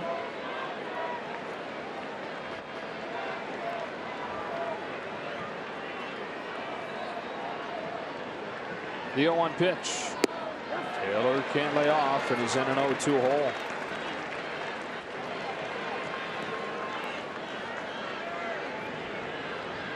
Hernandez and Tolles back-to-back singles to open this inning against Ray Black. Trying to do the same thing they did after the Giants rallied in the third. That is respond quickly to take the lead back. Here on an 0-2 pitch, Taylor takes ball one. Well, if there's somebody in the Giant bullpen that can pitch out of a jam like this, Watson is the guy who's on a hot streak. His last 8 appearances, hitters are only 2 for 21 off of him.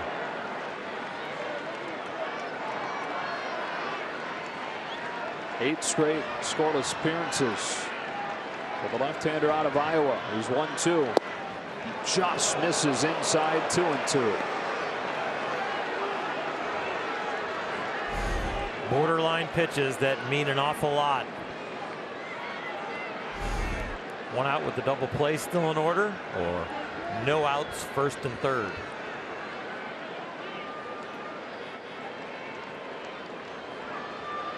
On a 2-2, Taylor strikes out.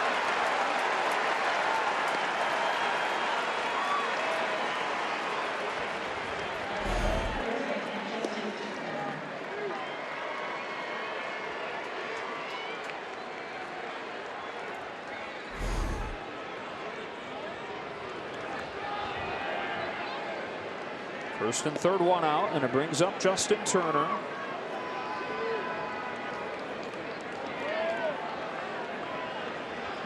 Pedro Moore wrote a great article about Justin excelling in these spots for The Athletic earlier this week.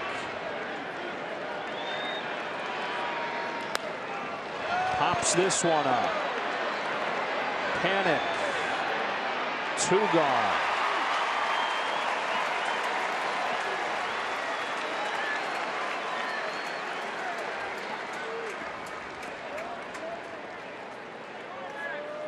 It's almost jarring watching him make an out like that in that situation. Yeah, it is almost a given that he's going to get the job done. He has spoiled us like Clayton Kershaw has, and that at bat right there, and Clayton with the rough outing today has turned this into a big-time battle in these last innings. Well, you want more lefty-lefty opportunities for Max Muncy. Here it is. First and third, 2 gone. Tied in the 6th. Strike 1.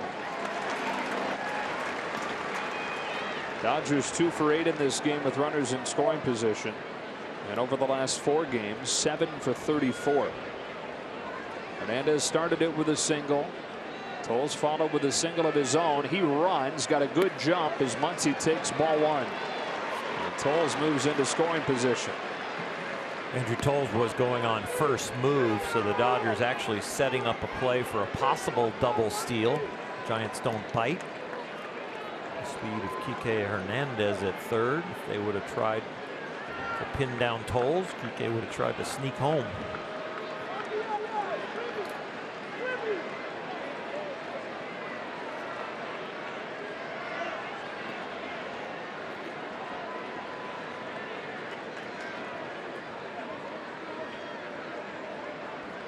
Can Max Muncy come through? Foul back 1 and 2. Tony Watson trying to get out of an impossible jam. First and third, nobody out. Striking out Taylor, getting Justin Turner to pop out on the first pitch, and getting Muncy in a 1-2 hole.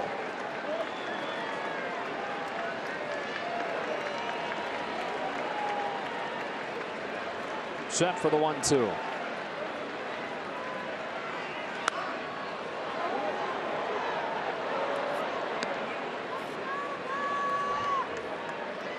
You're looking at a gut punch, not driving the runs in, or a huge motivational burst if he could drive in 2 here.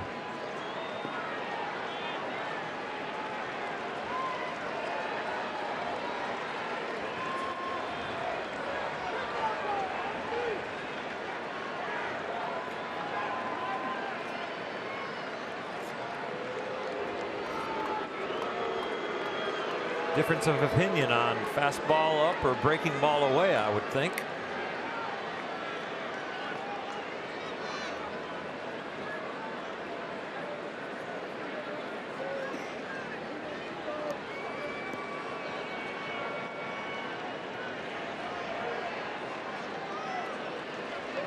Second and third, 2 gone, 6th inning. On a 1-2, Max Muncy takes ball 2.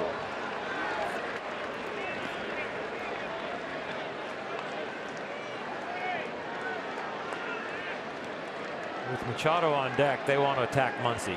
They've got the combination they want on the San Francisco side. They don't want to get to that man.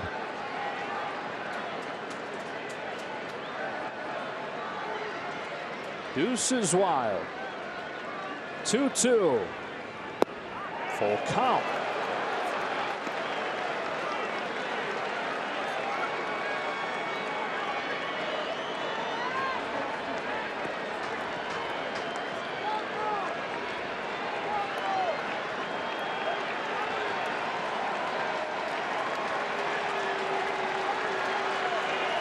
The payoff pitch. Got it. A golden opportunity goes by the wayside. First and third, nobody out. They do not score, and it stays tied.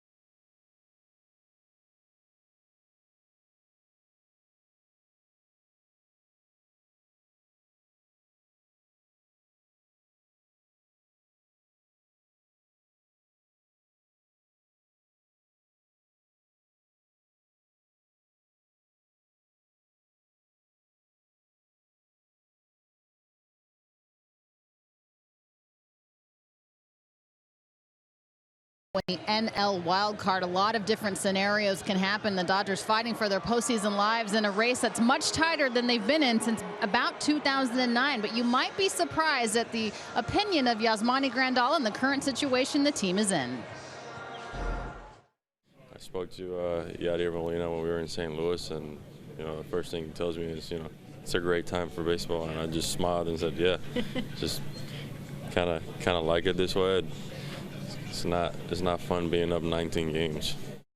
Kenley Jansen kind of echoed that sentiment, saying, you know what, we've had to earn every single thing this year. He kind of likes their back against the wall mentality, and that's certainly the case these final days, guys. Artelana, yeah, it is an interesting dynamic. I mean, they had that huge lead last year, and then the horrible stretch they went through in September. As Ryan Madsen comes in a 5-5 game in the sixth, dealing with Brandon Crawford. 1 ball, 1 strike. Certainly easier to get up for each game if you're one of these guys. No Everybody has been playing this scenario in their head since they were a little boy. Bases loaded, no out, 2 out, 3-2 count, season on the line, game on the line, world championship. The tight races are fun. Yeah, it's cliche, but it's what you live for. It is. You don't get to this level if you don't enjoy pressure. Crawford flips it to left. Chris Taylor staying in the game after pinch hitting. He makes the catch, 1 out. You live for it as a player. You live for it as a coach or a manager. You live for it as a fan. Sure, you like the 19-game advantage that they had last year. But man, isn't it exciting to wake up each morning knowing that you got a game that means everything to follow that day? I know it's not easy on the heart or the hair color, but man, it's an absolute blast. And Walker Buehler, depending on how the outcome of this game goes, will either have the pressure sooner or later. The magic number for the wild card is 1. Garcia laid off, ball 1. So any Dodger win over the last 2 days or Cardinal loss means the Dodgers are officially in the wild card game at the very least. Rockies play at 5 o'clock today. 2-0. Pretty simple at this point as far as the division race goes. Dodgers need to be pretty much perfect and get a little bit of help. Need to go 2-0. Hope the Rockies go 1-1 to force game 163. Or go 2-0. Hope that Strasburg and Scherzer both beat the Rockies and steal it on the final day outright. If any of the Dodgers are friends with any of the Nationals, there will be some texting like, hey, come on, let's go. 2-1. 2-2. Some joking around about that in the coach's office before the game. Like, get Davey Martinez on FaceTime. We need to tell him how much we need his team this weekend. Yeah, don't send Scherzer out there just for a little exercise in 3 innings. Let's see him go up 8 shutout innings. Madsen home with a 2-2. Got him swinging 2 out. 97 with a fastball. Time for our Nissan pitching preview for the final game of the regular season. And just a reminder that every game across baseball tomorrow starts at 12:05 Pacific. Right now it's scheduled to be Buehler. Andrew Suarez for the Giants. Depending on the outcome of this game and the game tonight with the Rockies will determine who will pitch for the Dodgers tomorrow. Tie game in the 6th. Madsen to Hernandez with strike 1. The reason for that, of everybody on the pitching staff available, you want to save Walker Buehler for 163 or the wild card game.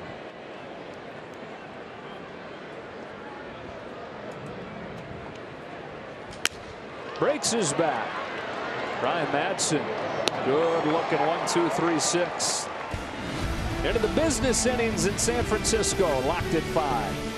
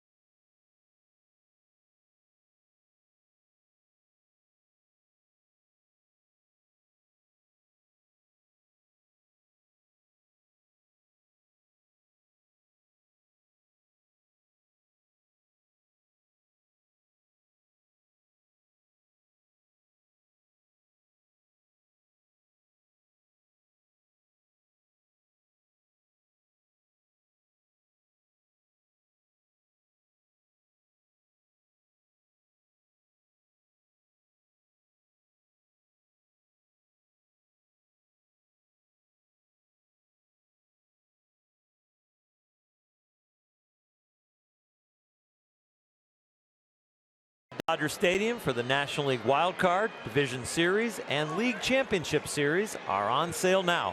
Tickets available at Dodgers.com/promotion. Oh no, postseason, sorry. Tried to do the read without looking at it. Ooh, don't get cocky on us. I know, it's getting down the end though. We got to have confidence. Garrett Holland comes on. First relief appearance for him all since July. At 4 of them around the All-Star break. Both Madison Bumgarner getting pushed back to Friday. That pushed Holland out of the Sunday spot. Here he is out of the bullpen in a tie game in the 7th with Manny Machado queuing 1 foul. Alex Wood, back-to-back games. If he were to come in.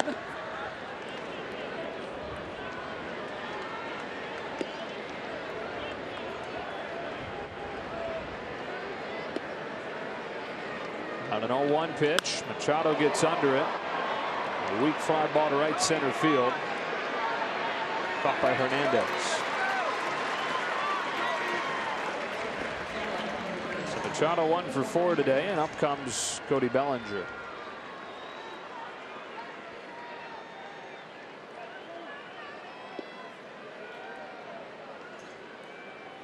Offense has had a little bit of a flat tire after that first and third no out, and go strikeout, pop up, strikeout.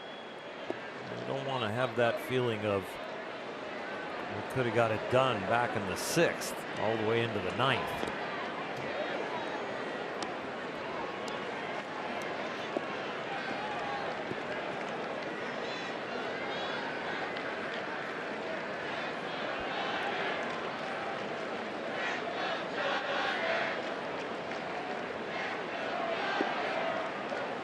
Holland to Bellinger with a 1-0 pitch.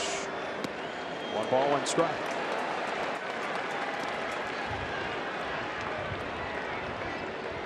Cody 0 for 3 so far today.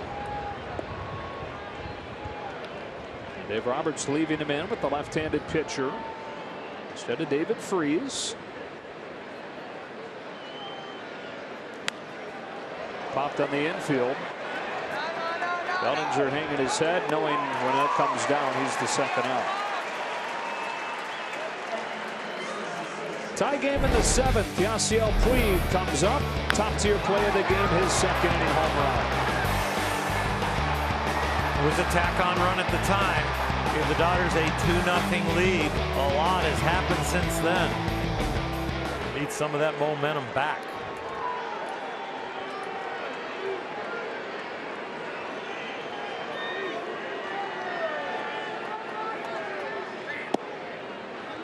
One and out.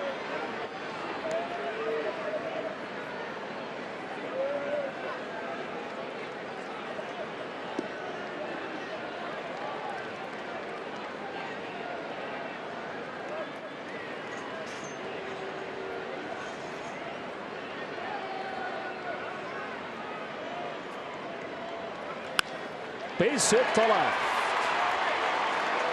Third time Puig's been aboard today. Here with a 2-out single in the 7th. Mentioned in his last at bat that he incorporated a leg kick into his takes. Well, he's using it right here too. And I think in some ways he's doing that, and it focuses him in on a certain pitch that he is exactly looking for, and he's not going to pull the trigger unless it's right there. And he got what he wanted, a heater inside. We got Grandal up there. Tie game in the 7th inning. Now Smania hitting a walk today.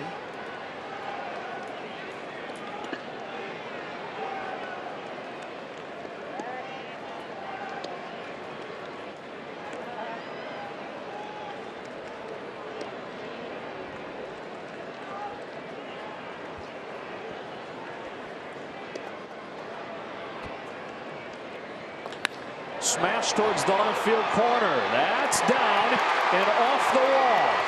Blanco heaves it back into the infield. Ringing double from Yasmani Grandal. Second and third with 2 out.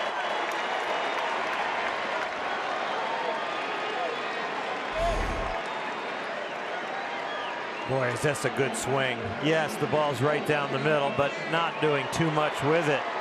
Hit hard enough to be a home run, but it hit the top half of the ball, hit a little down spin, top spin. That was awesome for him to get that set up. Hoping it's not too late with 2 outs. They put Kike Hernandez on with first base open, and with what Kike's done recently. And now Dave Roberts turns to the veteran David Freese. 382 in a Dodger uniform for the former World Series MVP. Hitting with Puig at third, Grandal at second, Hernandez at first. 5-5 in the 7th. 9th spot in the order for the Dodgers, batting 1,000 today. Kershaw walked, drove in 2 in his second at bat, and Toles pinch hit for him and got a single himself. Now it's Freese's turn.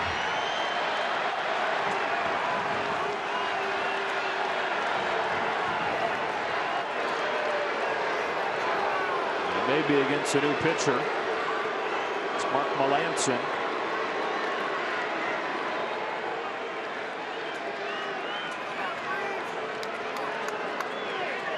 Coach giving him a little bit of extra time until the hand is forced by home plate umpire Jerry Davis.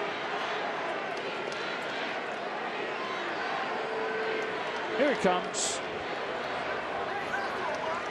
These kind of tactics are needed because the rally started with 2 outs. So expecting to be in the dugout, it doesn't happen. You've got to find ways to delay to get your reliever ready. Alan Hansen, the position player part of this switch. And Melancon coming on with the bases loaded in the tie game in the 7th.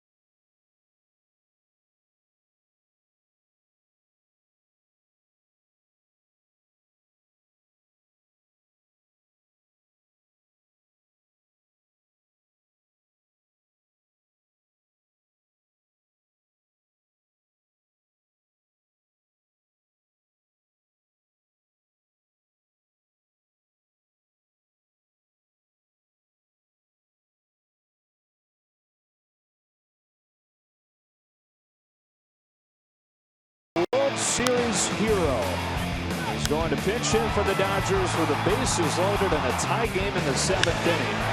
And 2 out against Mark Melancon. Right man in the right spot. He's got the pulse for it, and he has shown that he still has the knack for it with his talent. Mark Melancon on, a guy who has closed an awful lot of games, felt the pressure. The Giants are playing with house money, trying to disappoint the Dodgers. With the new acquisition and Freeze, trying to turn the tables on this game right now. They've pieced this thing together with 2 out. Derek Holland got Machado and Bellinger quickly, but then Puig with a single, Grandal with a double, and they put Hernandez on intentionally to get the 9th spot in the order up. It should be filled by Freeze.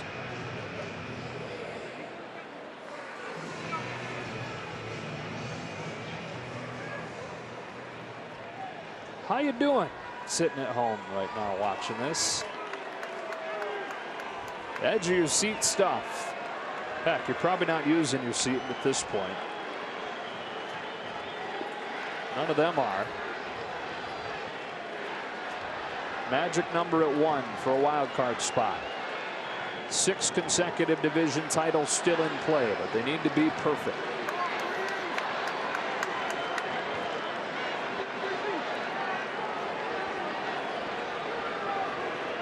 Mark Melancon against David Freeze. Here we go. Strike 1.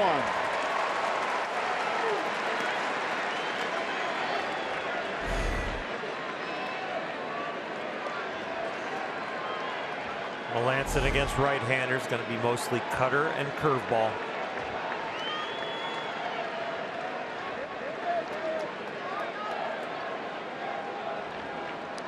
Oh, 1. That one's outside. Ball and a strike.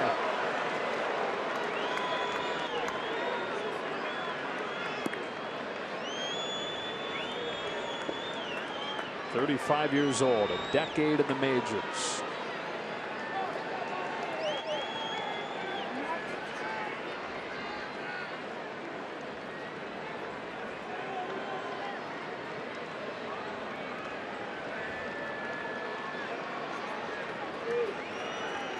Puig at third, Grandal at second, Hernandez at first.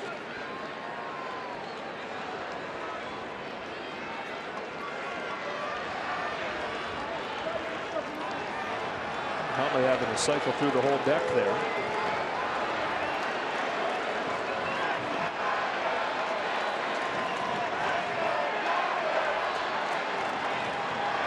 Can feel it in here.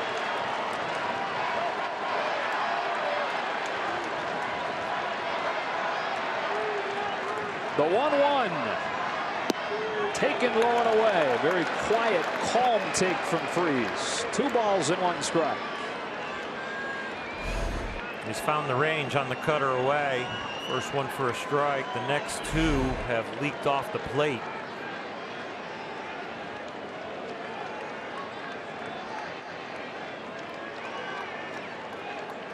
On a 2-1, Freese takes ball 3 with nowhere to put him.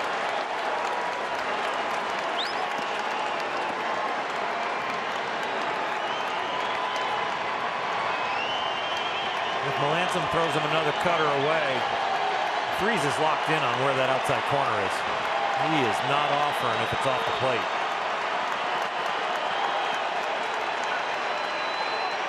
The 3-1 pitch. Caught at second by Panic. Freese with an opposite field line drive, but Panic makes the catch, and the Dodgers leave them loaded in the 7th.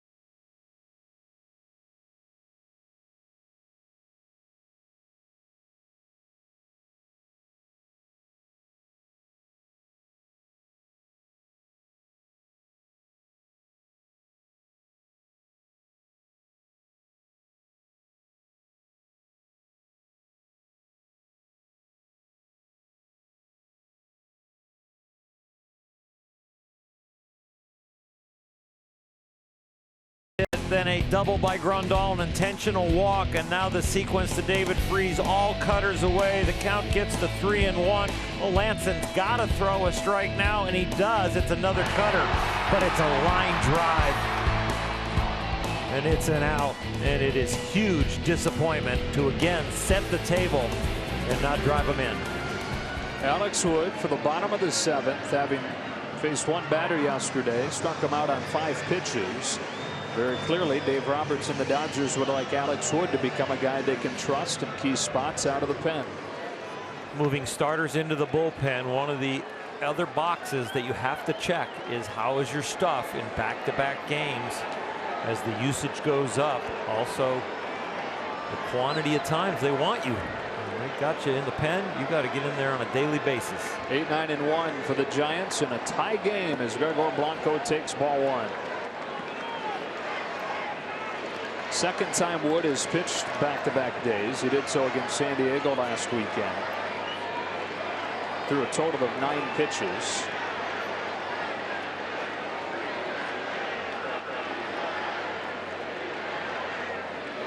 Here comes his 1-0. Strike one.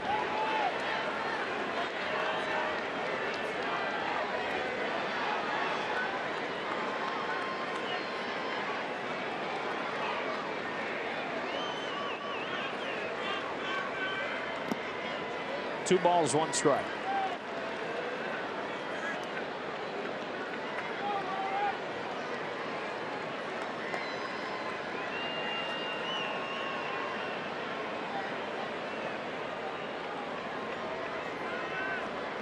Dylan Flora. Wow, stabs at it. 2-2.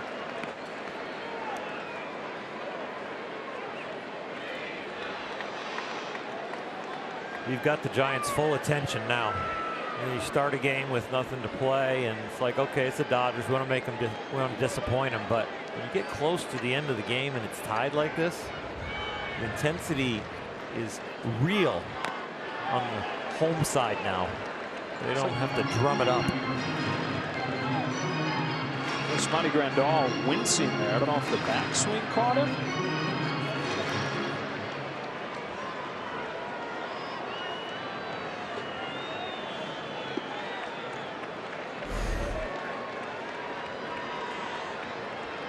Foul tip. Right off the end of the hand. Strike 3 called. Wood gets Blanco for the first out of the 7th.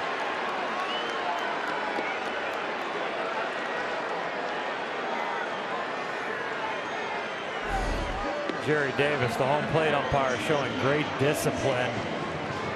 And you try and talk to umpires, even complain, but you don't do it by staring at them and staying there. It's a good job by Jerry. That's the part that shows umpires up. Put your head down, walk back to the dugout, and air them out all you want, but stand there and stare at them is not good. Alan Hansen fouls back Wood's first pitch. Hansen in his first year with the Giants. Pirates last year. They cut him loose, claimed off waivers by the White Sox, released after the season. The Giants picked him up this offseason. It's fouled and it's 0-2.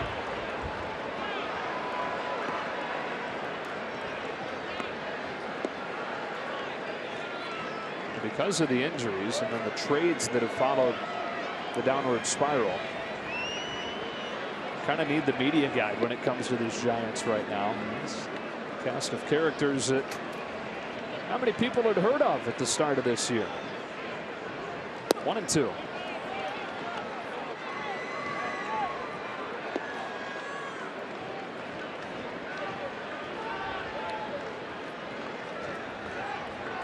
Giving the Dodgers all they've got here in the final weekend.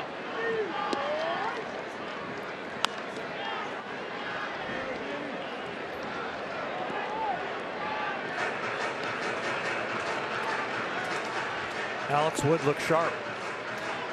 10 pitches into it. Second day in a row. Ball's not up. The velocity solid. Breaking ball sharp.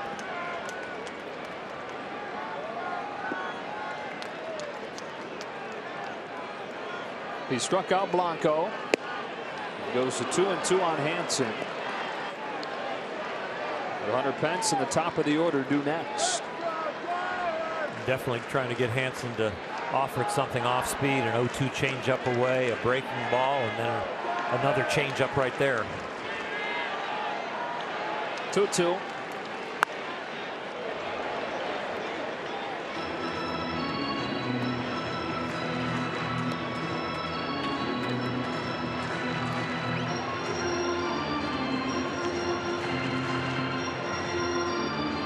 Well, the Dodgers got solo home runs to start the first and the second from Peterson and from Puig. So many off-speed pitches being pulled foul. They're getting ready. Need a bigger glove. Got him swinging. Back-to-back Ks to open the 7th for Alex Wood. So they got the back-to-back home runs, or back-to-back innings with leadoff home runs in the 1st and the 2nd to go up 2-0. Giants got 1 in the 2nd. They got 2 in the 3rd. Dodgers responded quickly, scoring 3 times in the 4th. Clayton Kershaw with a go-ahead 2-run single. The Giants getting 2 against Kershaw in the bottom of the 5th to tie it at 5, and that's where we are now. Hunter Pence, ball 1.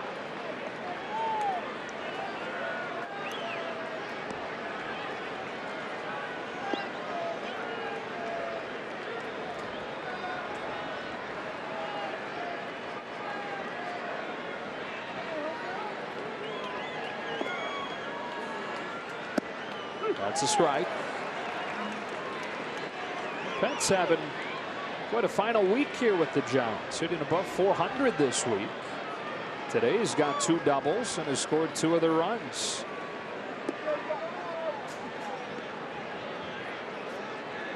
On a 1-1. He takes a fastball that Wood wanted but won't get. Ball 2.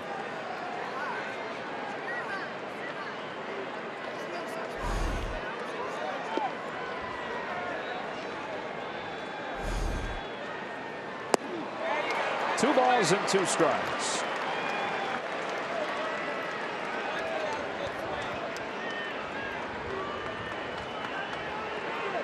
Almost spun him in the ground with that changeup. As aggressive as Pence is, I don't think he'll come off of that pace.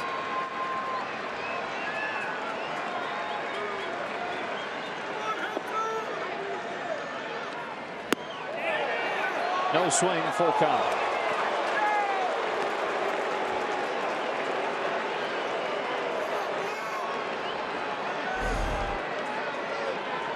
High fastball trying to get him to chase. Good feel for the changeup with Alex Wood on the mound. I wouldn't be surprised if he throws him a 3-2 change. Here he comes. Dugout, center field, Bellinger. Alex Wood with a 1-2-3-7. Into the 8th we go. Top of the order for the Dodgers. Taylor, Turner, and Muncy tied at 5.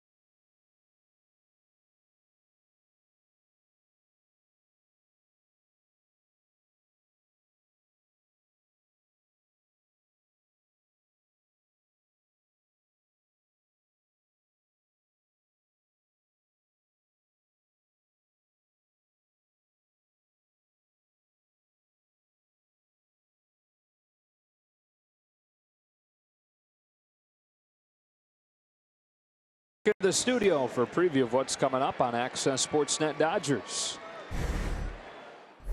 All right, thanks, Joe. Normally when you get Clayton Kershaw 5 runs of support, that game is a wrap, but Dodgers have some work to do, Ned.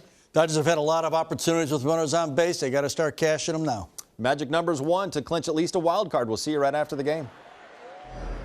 All right, guys, top of the order against Mark Melanson.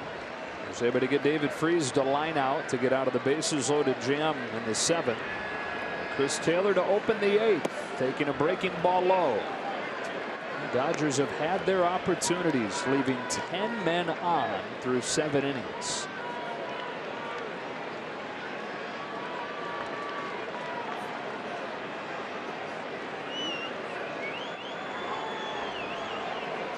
The 1-0. Ground ball, base hit to open the 8th for Chris Taylor.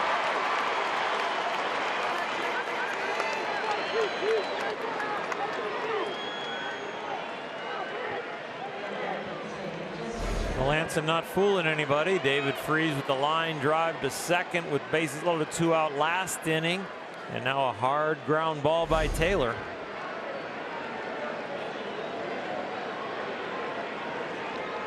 And now Turner, who's 0 for 4 today, and so uncharacteristically popped out in the first pitch that he saw with a man at 3rd and 1 out his last time up.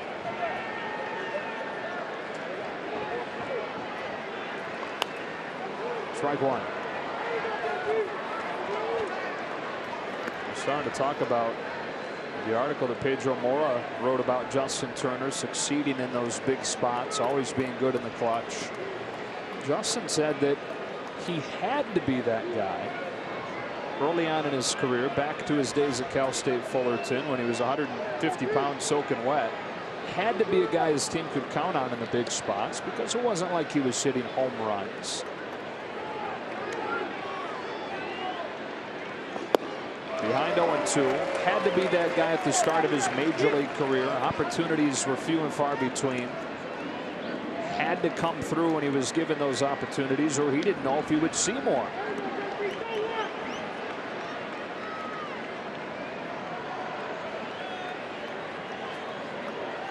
First it was survival, now it's who he is. On an 0-2, he flies one to center. Slicing its way into right center where Pence will make the catch. And Turner's the first out of the 8th.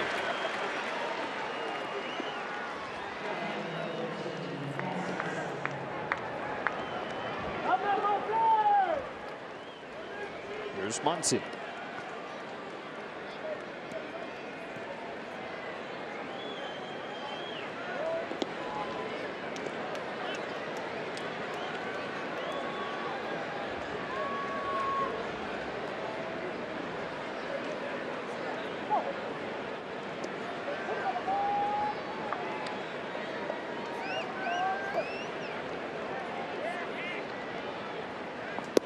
Strike 1.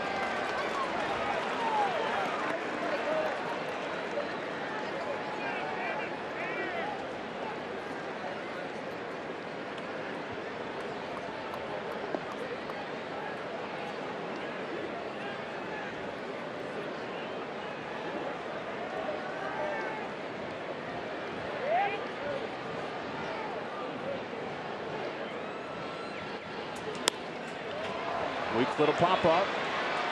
Crawford for the second out.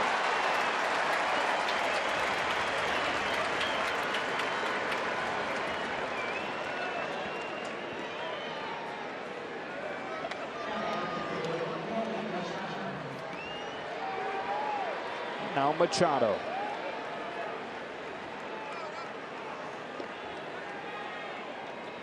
Extended his hitting streak to 8 games on the first pitch that he saw today with a single in the first inning.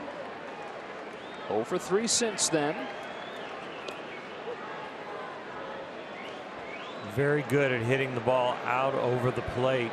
And with Melanson throwing the cutter and curveball, he also has a very powerful swing on an off-speed pitch. Be careful on this first one. Watch it. Buckled his knees a little bit. Strike 1. That was a hanger. I'm almost surprised it got called for a strike. Just clips the strike zone at the top.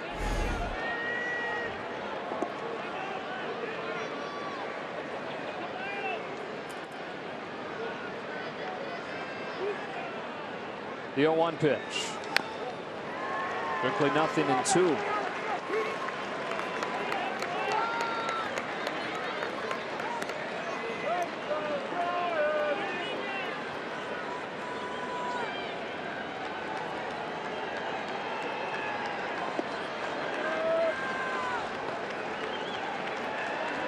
10 runs in this game, all coming over the first 5 innings.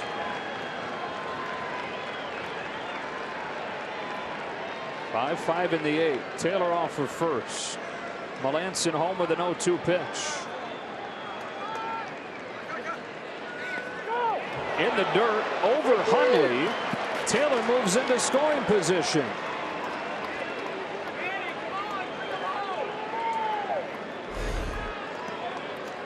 Breaking ball that takes a ridiculous kick. Oh, it just hit perfectly on the dirt to get that kind of bounce. Most of the time catchers are worried about the ball backing up on them when it hits the dirt. Goes a little bit opposite of which way the break is going, but that one carried him high into the air.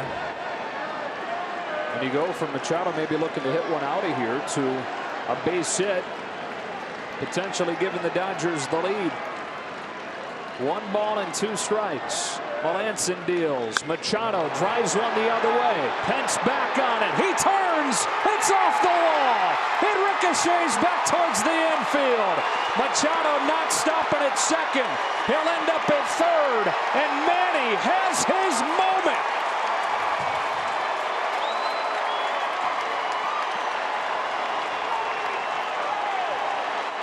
And the Dodgers have the lead in the 8th.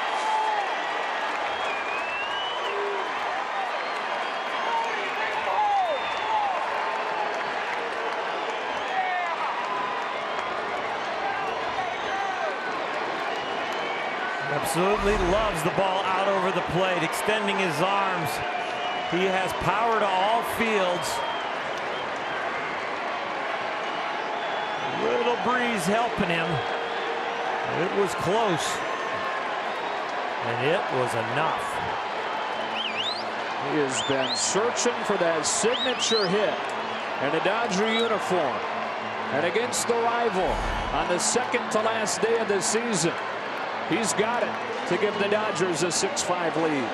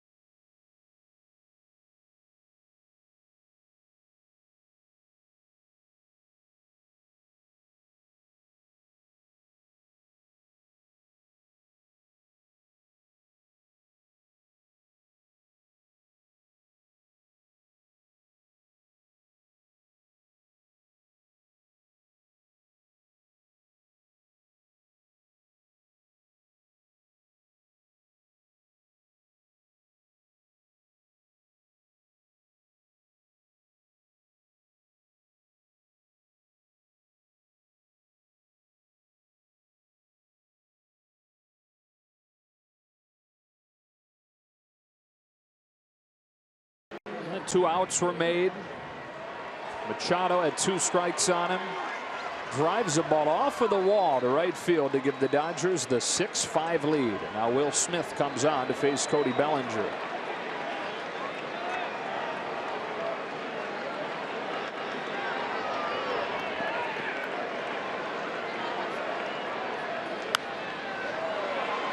Strike 1.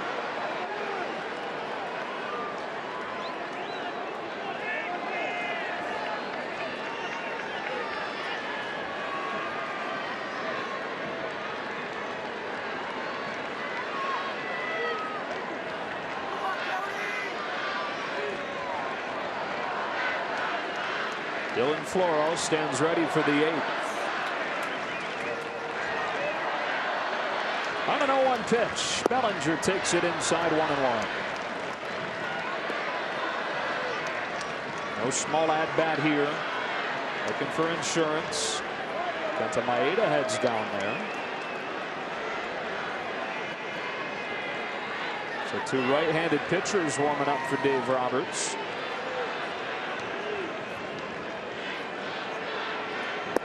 Bellinger ahead 2-1.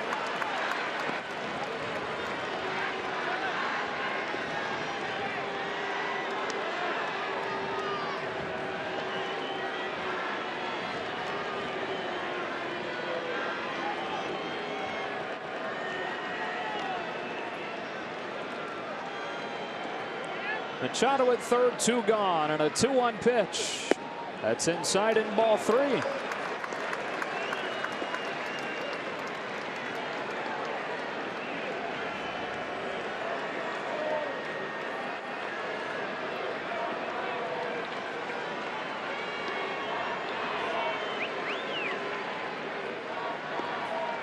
Breaking ball for strike 2.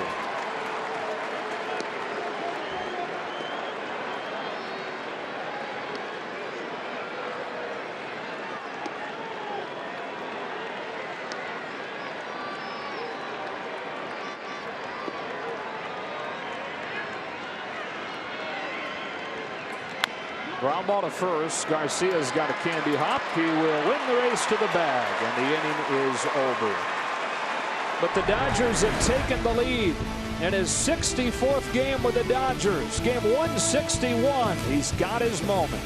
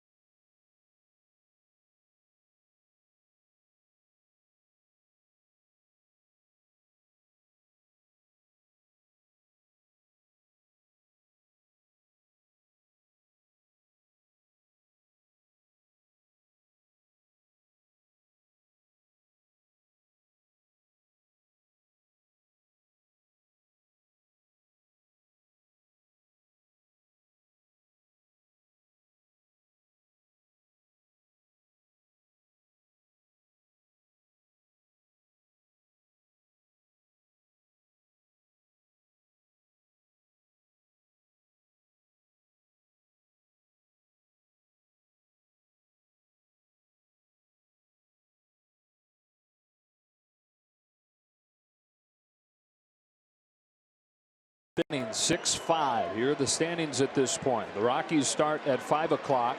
Cardinals beat the Cubs earlier today to draw to within a game and a half of the Dodgers in the second wild card spot, as Alex Wood comes home and misses with his first pitch to Joe Panik. But if the Dodgers win this one, they will eliminate St. Louis and will clinch at least a spot in the wild card game. So we saw Floro and Maeda both warming, but with the left-handed hitting Panik to open this inning, Dave Roberts sticks with Alex Wood. Panik shoots one to left. Chris Taylor. And Wood has retired all 4 that he's faced.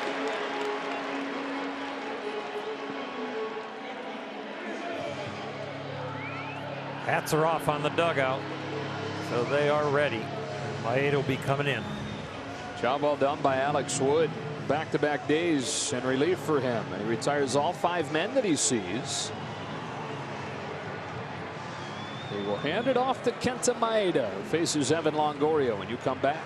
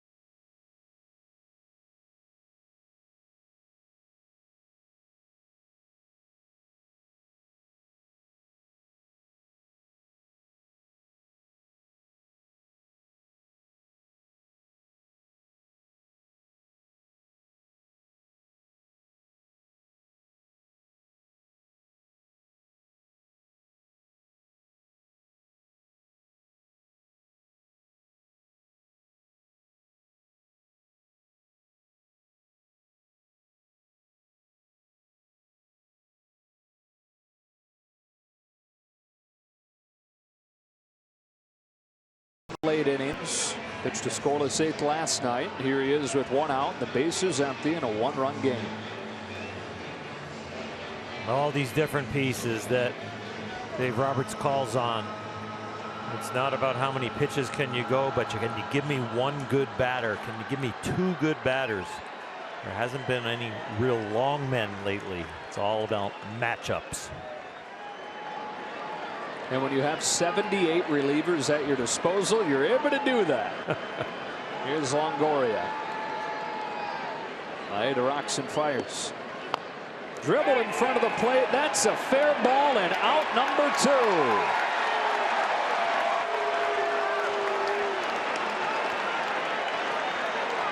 Longoria's got a good look at it, and Jerry Davis got blocked out by Yasmani Grandal as he springs up and jumps on his knees and picks it up.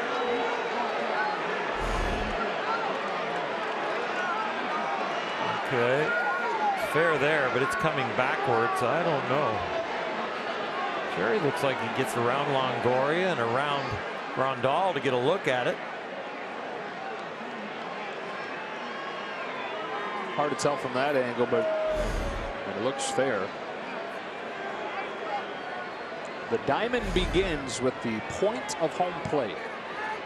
Their territory begins with a point of home plate. The chalk has been worn out from all the guys leaving the batter's box and running to first.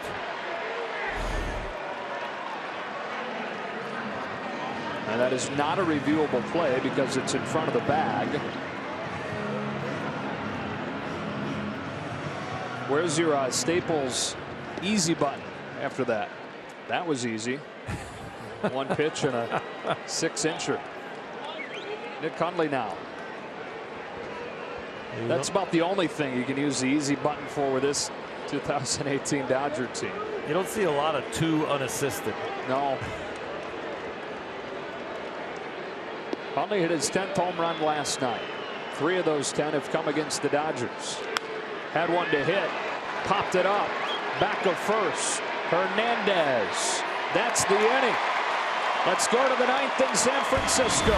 The Dodgers in front 6-5.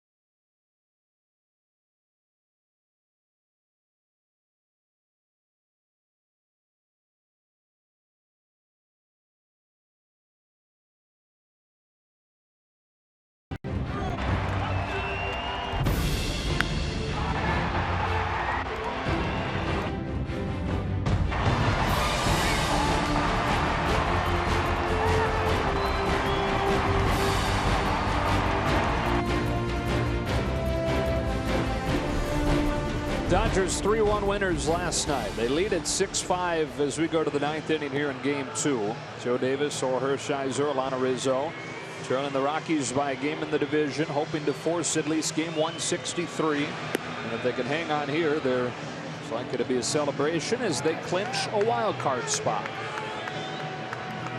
Yasiel Puig to lead off the 9th for the Dodgers. It's been a different kind of road, but if you get to the destination, it is still fun. Everybody forgets it. It'll be in the past if all of a sudden you can qualify for the playoffs. Good day for Yasiel. Home run and a single. He also walked. Dodgers have 13 hits in this game. Quick shows bunt and takes the strike. Kenley Jansen getting ready.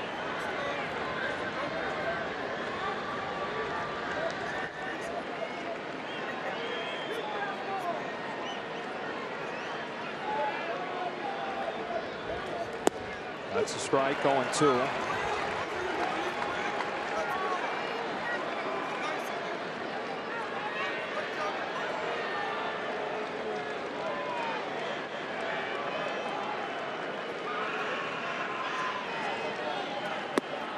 On 3 pitches, Will Smith gets tweaked. Time for the Lexus play of the game. At this point, it's this. Machado's opposite field triple. Manny Machado has been hot lately. On a day when Justin Turner couldn't come through, Manny does. Ball 1 on Grandal.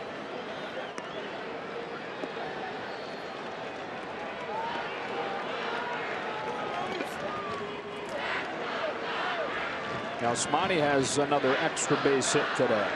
That's 4 straight games with 1. A triple and 3 doubles. 2 for 3 overall with a walk.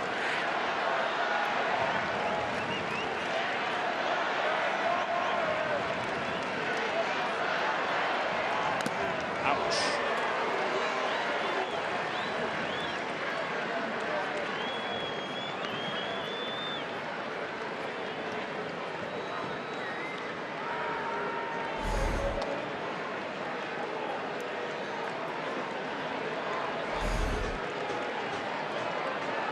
Smani can relate.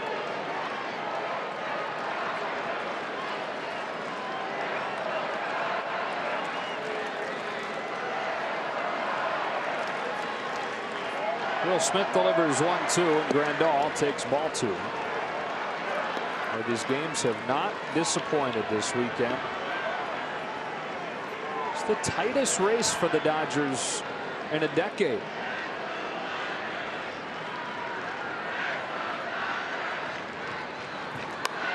A pop-up, foul ground, first base side. Garcia's got room. 5 consecutive division titles. The latest that they've ever clinched during that time is on Tuesday of the final week. And so it's not hyperbole to say that these are some of the biggest regular season games in decades for the Dodgers when you consider the obvious that they're fighting for a division title, fighting for a playoff spot. But then the added layer that it's in San Francisco against the Giants. Hernandez takes a strike. Expression starting to loosen up there on the Dodger bench. But it is still nip and tuck. But you're in a great situation when you got a chance to put Kenley Jansen on the mound with a 1-run lead or more.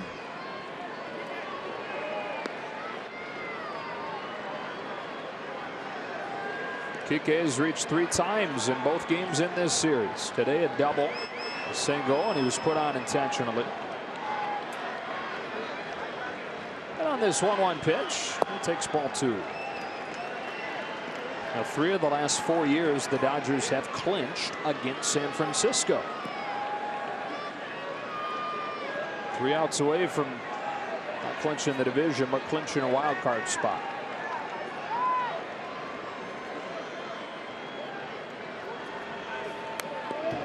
And setting up an opportunity perhaps to celebrate again tomorrow. Colorado loses. The Dodgers win tomorrow. Colorado loses again. Then you win the division outright. Or you get ready for game 163 where the loser then goes to play in the wild card game. Yep. And it's Milwaukee or Chicago. Here's a 2-2. We'll worry about all those scenarios when we get there. First things first. Yeah, peeking through your cracks in your fingers to watch the final 3 outs.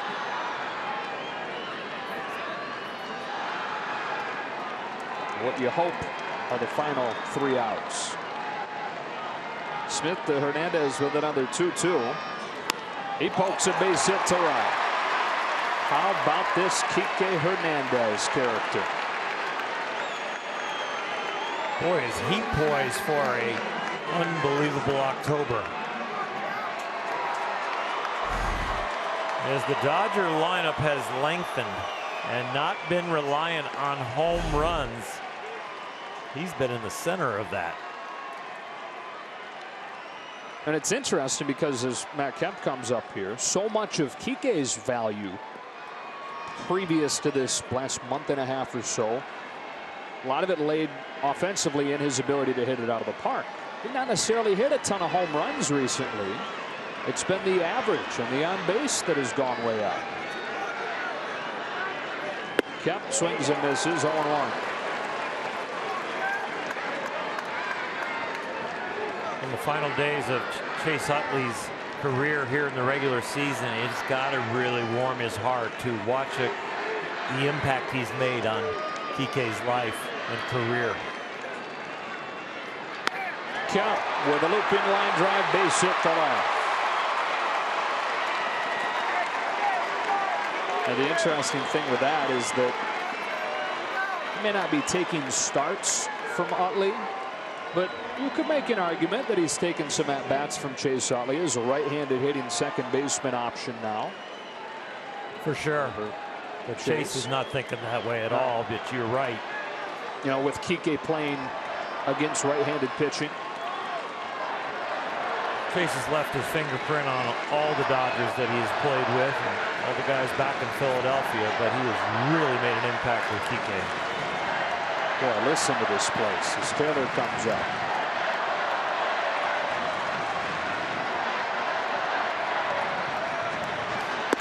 Ball.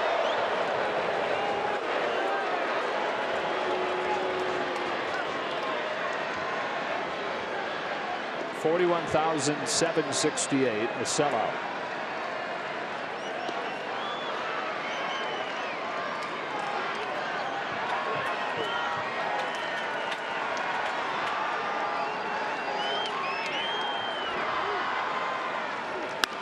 Ground ball, base hit, past a diving Crawford.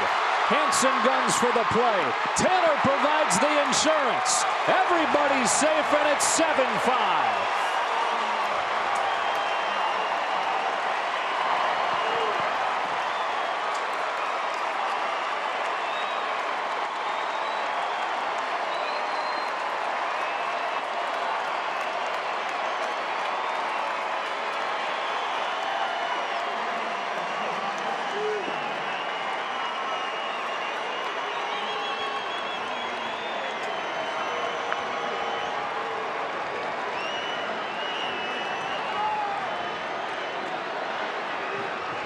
They'll put Turner on and bring Muncy up.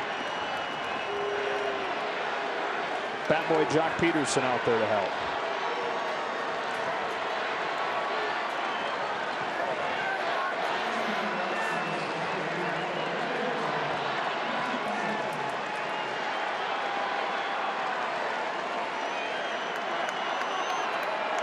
Kemp at third. Taylor at second. Turner at first. And now Muncy. Can he break this thing open?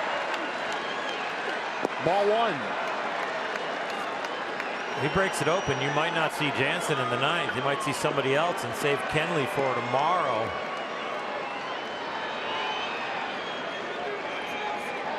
He's fully warmed and ready. With the wear and tear of maybe not pitching the ninth. Could be a benefit tomorrow.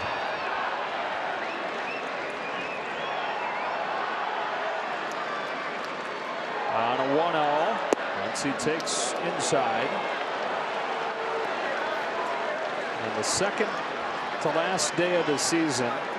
Zach Roskup goes down to get ready just in case this does get broken open.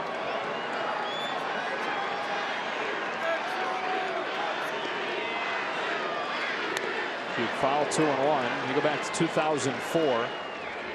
Second to last day of the season. Steve Finley grand slam to clinch the division for the Dodgers over the Giants. This wouldn't be a division clincher, and it wouldn't be a walk-off, but it would pretty much put it on ice for a wild card celebration. On a 2-1, Muncy swings and misses 2-2.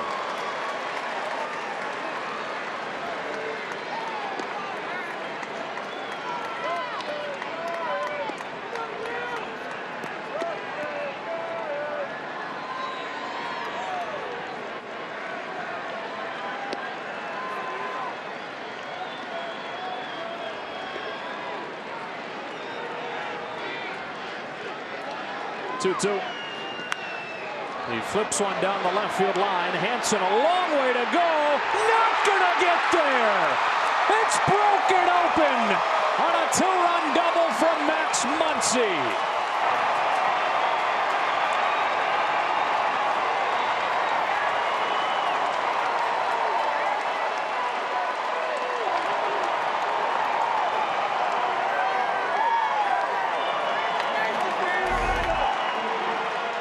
He doesn't hit it hard. They were playing him way around the pull, so if this lands fair, it's going to be a double. That dropping in. Everybody wearing blue is standing, and some that are wearing black and orange are leaving.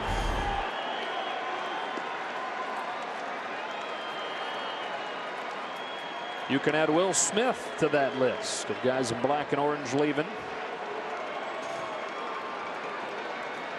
Dodgers in front 9-5, getting 3 runs here on the 9th.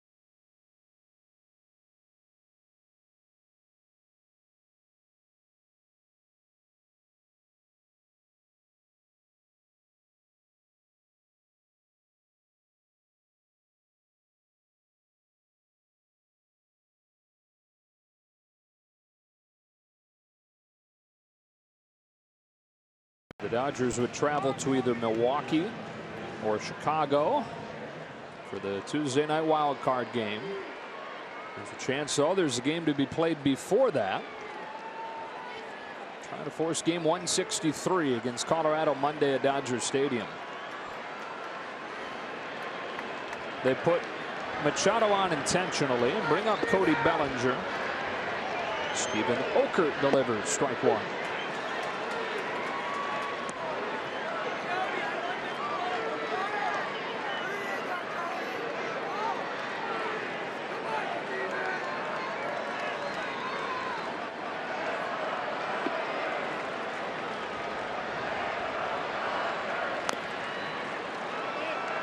Oh, 2.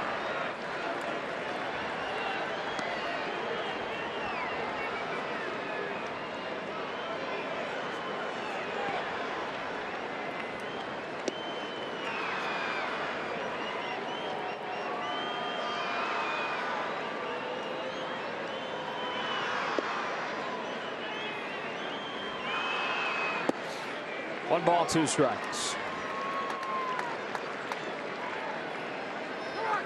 Dodgers rallying with 2 outs here in the 9th inning after Will Smith had retired Puig and Grandal. His bases empty, 2 out. 3 straight singles, Hernandez and Kemp and Taylor. And the 2-run double from Muncy. Bellinger reaches out, smacks a bouncer to short. Crawford will have to hurry. Everybody's safe, and it's 10-5.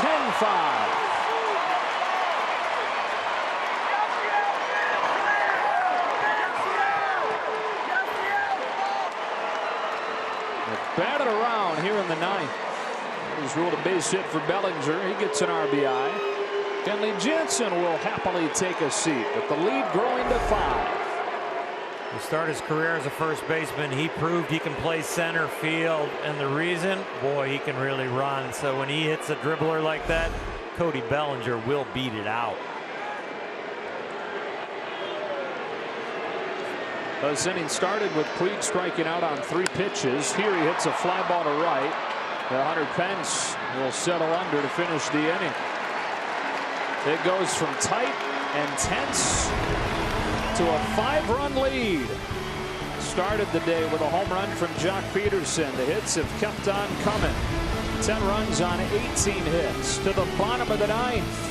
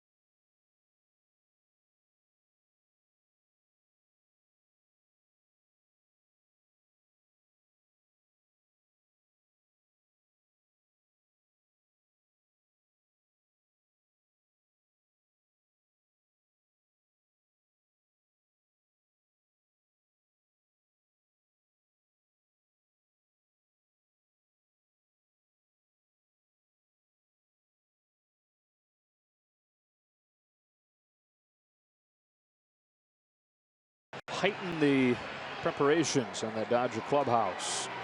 Ready to celebrate a wild card berth, which on the surface you may say, what the heck? The expectation is a division title. You won 5 of them in a row. Why are you celebrating a wild card berth? But boy, you work a long season to try and play into October. It's worth celebrating something like that, right? Definitely worth celebrating, and it'll be tempered. Cross up to Crawford, strike 1. I think there'll be a lot of champagne that's poured, but I don't think it'll have an intake, as they will need to be ready for tomorrow and fully rested and on top of their game. So yeah, a lot of smiles and celebration, but after that it'll be back to business. Again, 12:05 first pitch tomorrow. Every game in baseball, kind of like a March Madness feel, will begin at 3:05 Eastern, 12:05 Pacific. The Dodgers, assuming they can hang on here, will either be a game back or tied with Colorado. 2-1. Well, we've got excitement even tonight with the Colorado game to watch that. And if they lose, wow, tomorrow's going to be fun. Man. Scoreboard watching, games starting the same exact time. Should we do a picture-in-picture? 3-1 on Crawford. Last day of the baseball season with still things up in the air.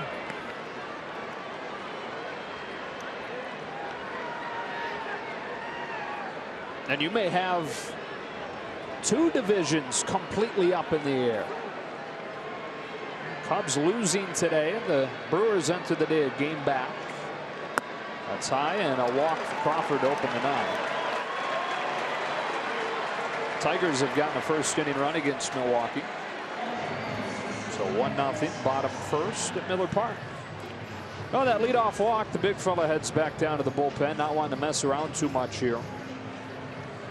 Well, you're trying to rest Kenley, but it can even be more wear and tear if all of a sudden you have to warm up twice. This is like, okay, he was hot, ready to go, and now all of a sudden you got to get up again. And if he starts throwing in earnest, not just standing there or playing catch,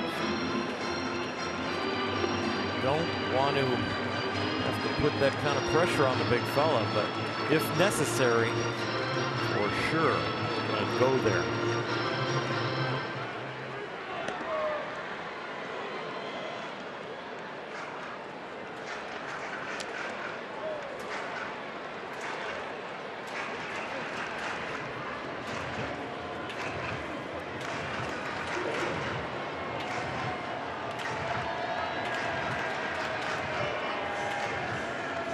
One-pitch double play ball will change the whole equation. Let Kenley almost just stand there and watch.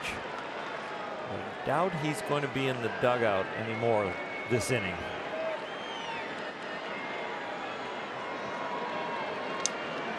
If a pile and a celebration starts on the field, Kenley will be jogging in from the bullpen to join it.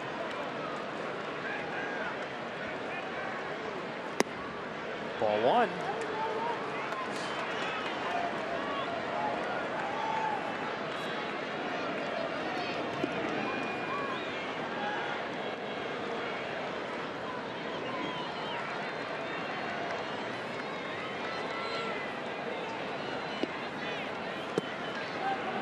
Two and 0.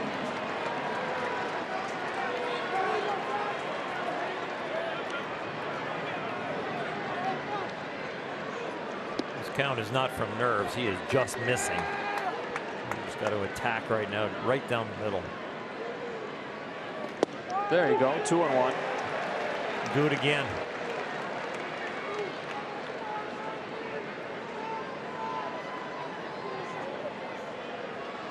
You know what's coming. I know what I'm throwing. I dare you to hit it. 2 balls and 2 strikes.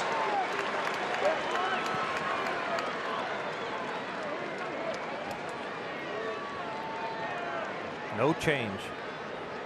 Use the center of the plate or what you're comfortable with for a strike. Got him for the first out.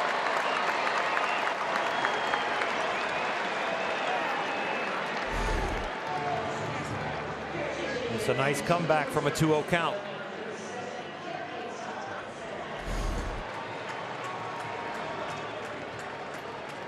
Not a division title, perhaps yet, but that banner says it all. A postseason berth, 2 outs away from being clinched. Dave Roberts will now go to Kenley Jansen. We've gotten him warm, so why not bring the big fella on in a 10-5 game.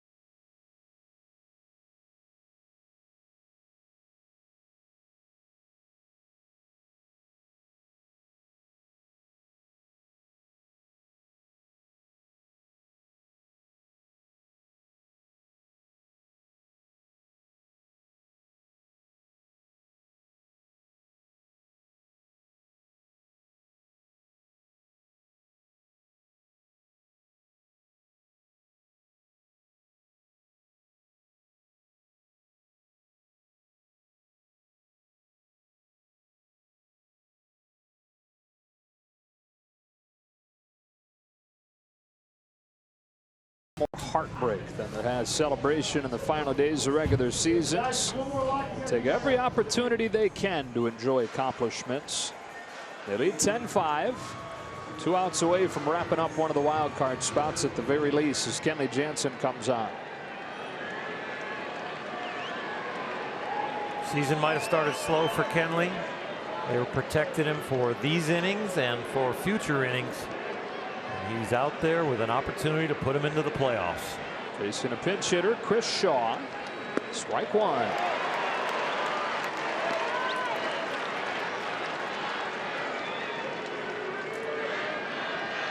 Dodgers doing the job late today.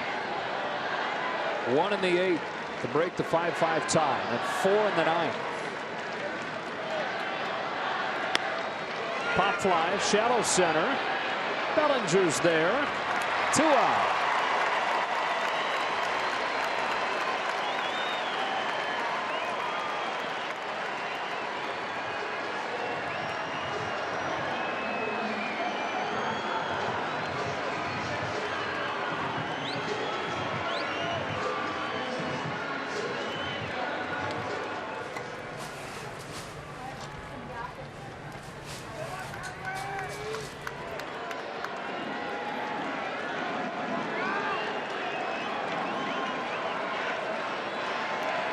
Blanco.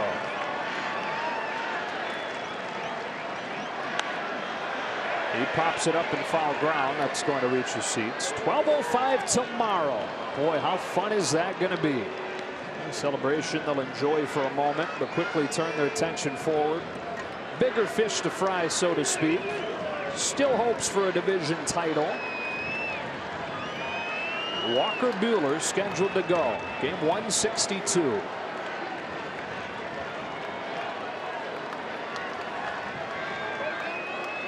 There goes Crawford on strike 2.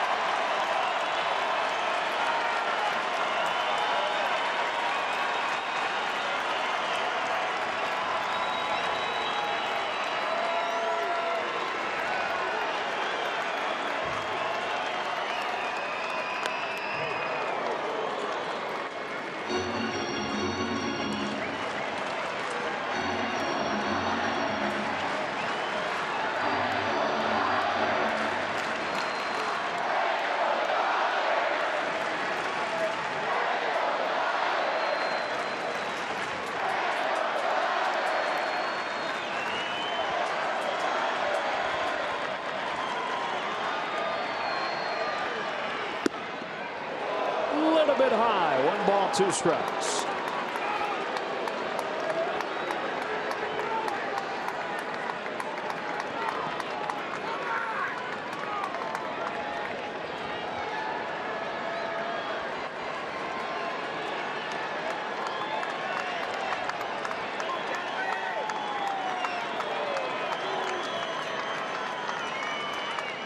Look out. 2-2.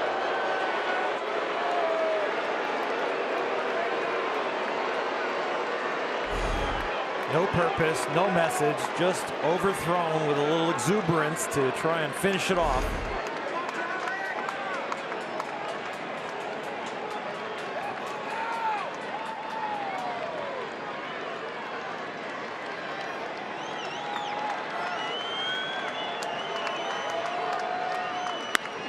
Flying to right center field.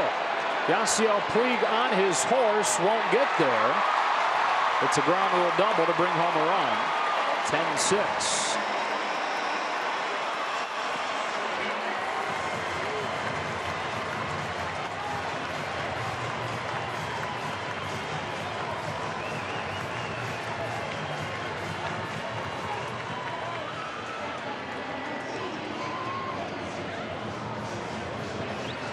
That run charged to Zach Rosscup.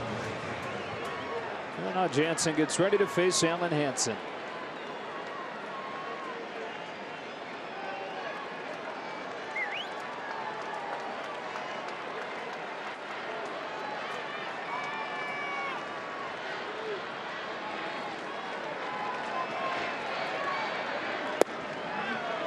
Ooh.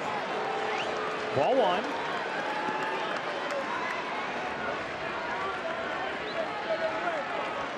A slight delay in the start of the celebration. Still a very comfortable place to be.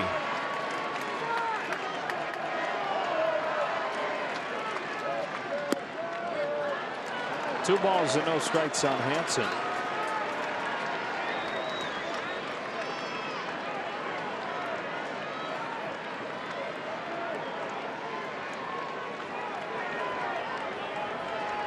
Dodgers waiting for Kenley Jansen to inspire that same sort of feeling of security that he brought in recent years. For one reason or another, been a constant search for that sense this year. That's a strike, 2-1. And will be one of the primary question marks heading into October for the Dodgers.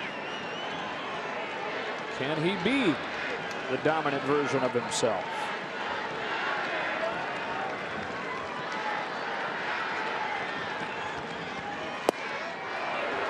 Three balls and a strike. Sometimes when you miss your target, you don't get the call, and they were going for the high fastball, and then the darting glove down by the corner, and all of a sudden Jerry Davis says no.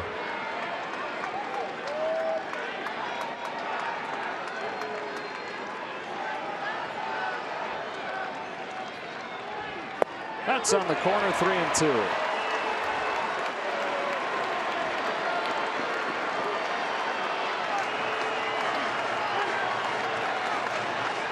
One more of those.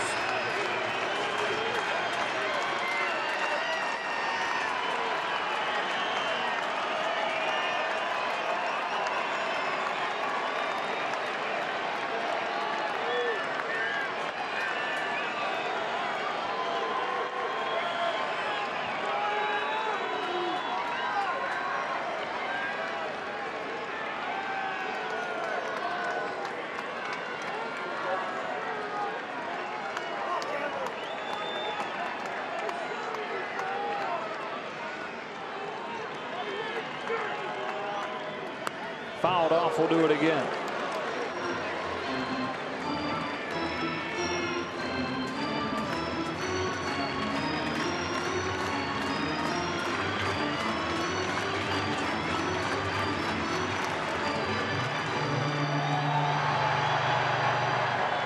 With a lot of the folks in orange having departed, it is pretty close to a majority Dodger crowd at this point, wanting to celebrate with them.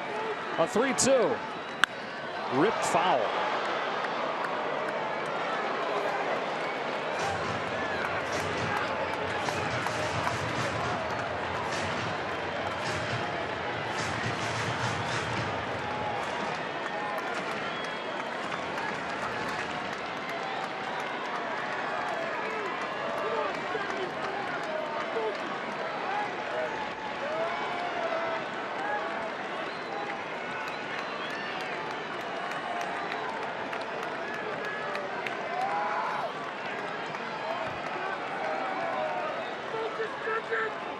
That's it.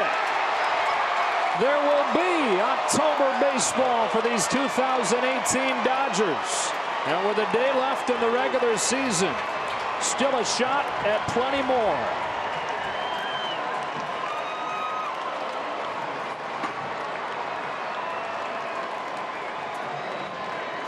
It's been a long journey, and they've accomplished one goal. But there's more goals ahead. And they will celebrate, but only for a short time, and then they will focus on tomorrow. Part of that celebration probably going to involve flipping the Rockies game on in the clubhouse. They'll get going in just a little bit in Denver. John Gray for Colorado, Steven Strasburg for the Nationals. Half an hour from first pitch there at Coors Field.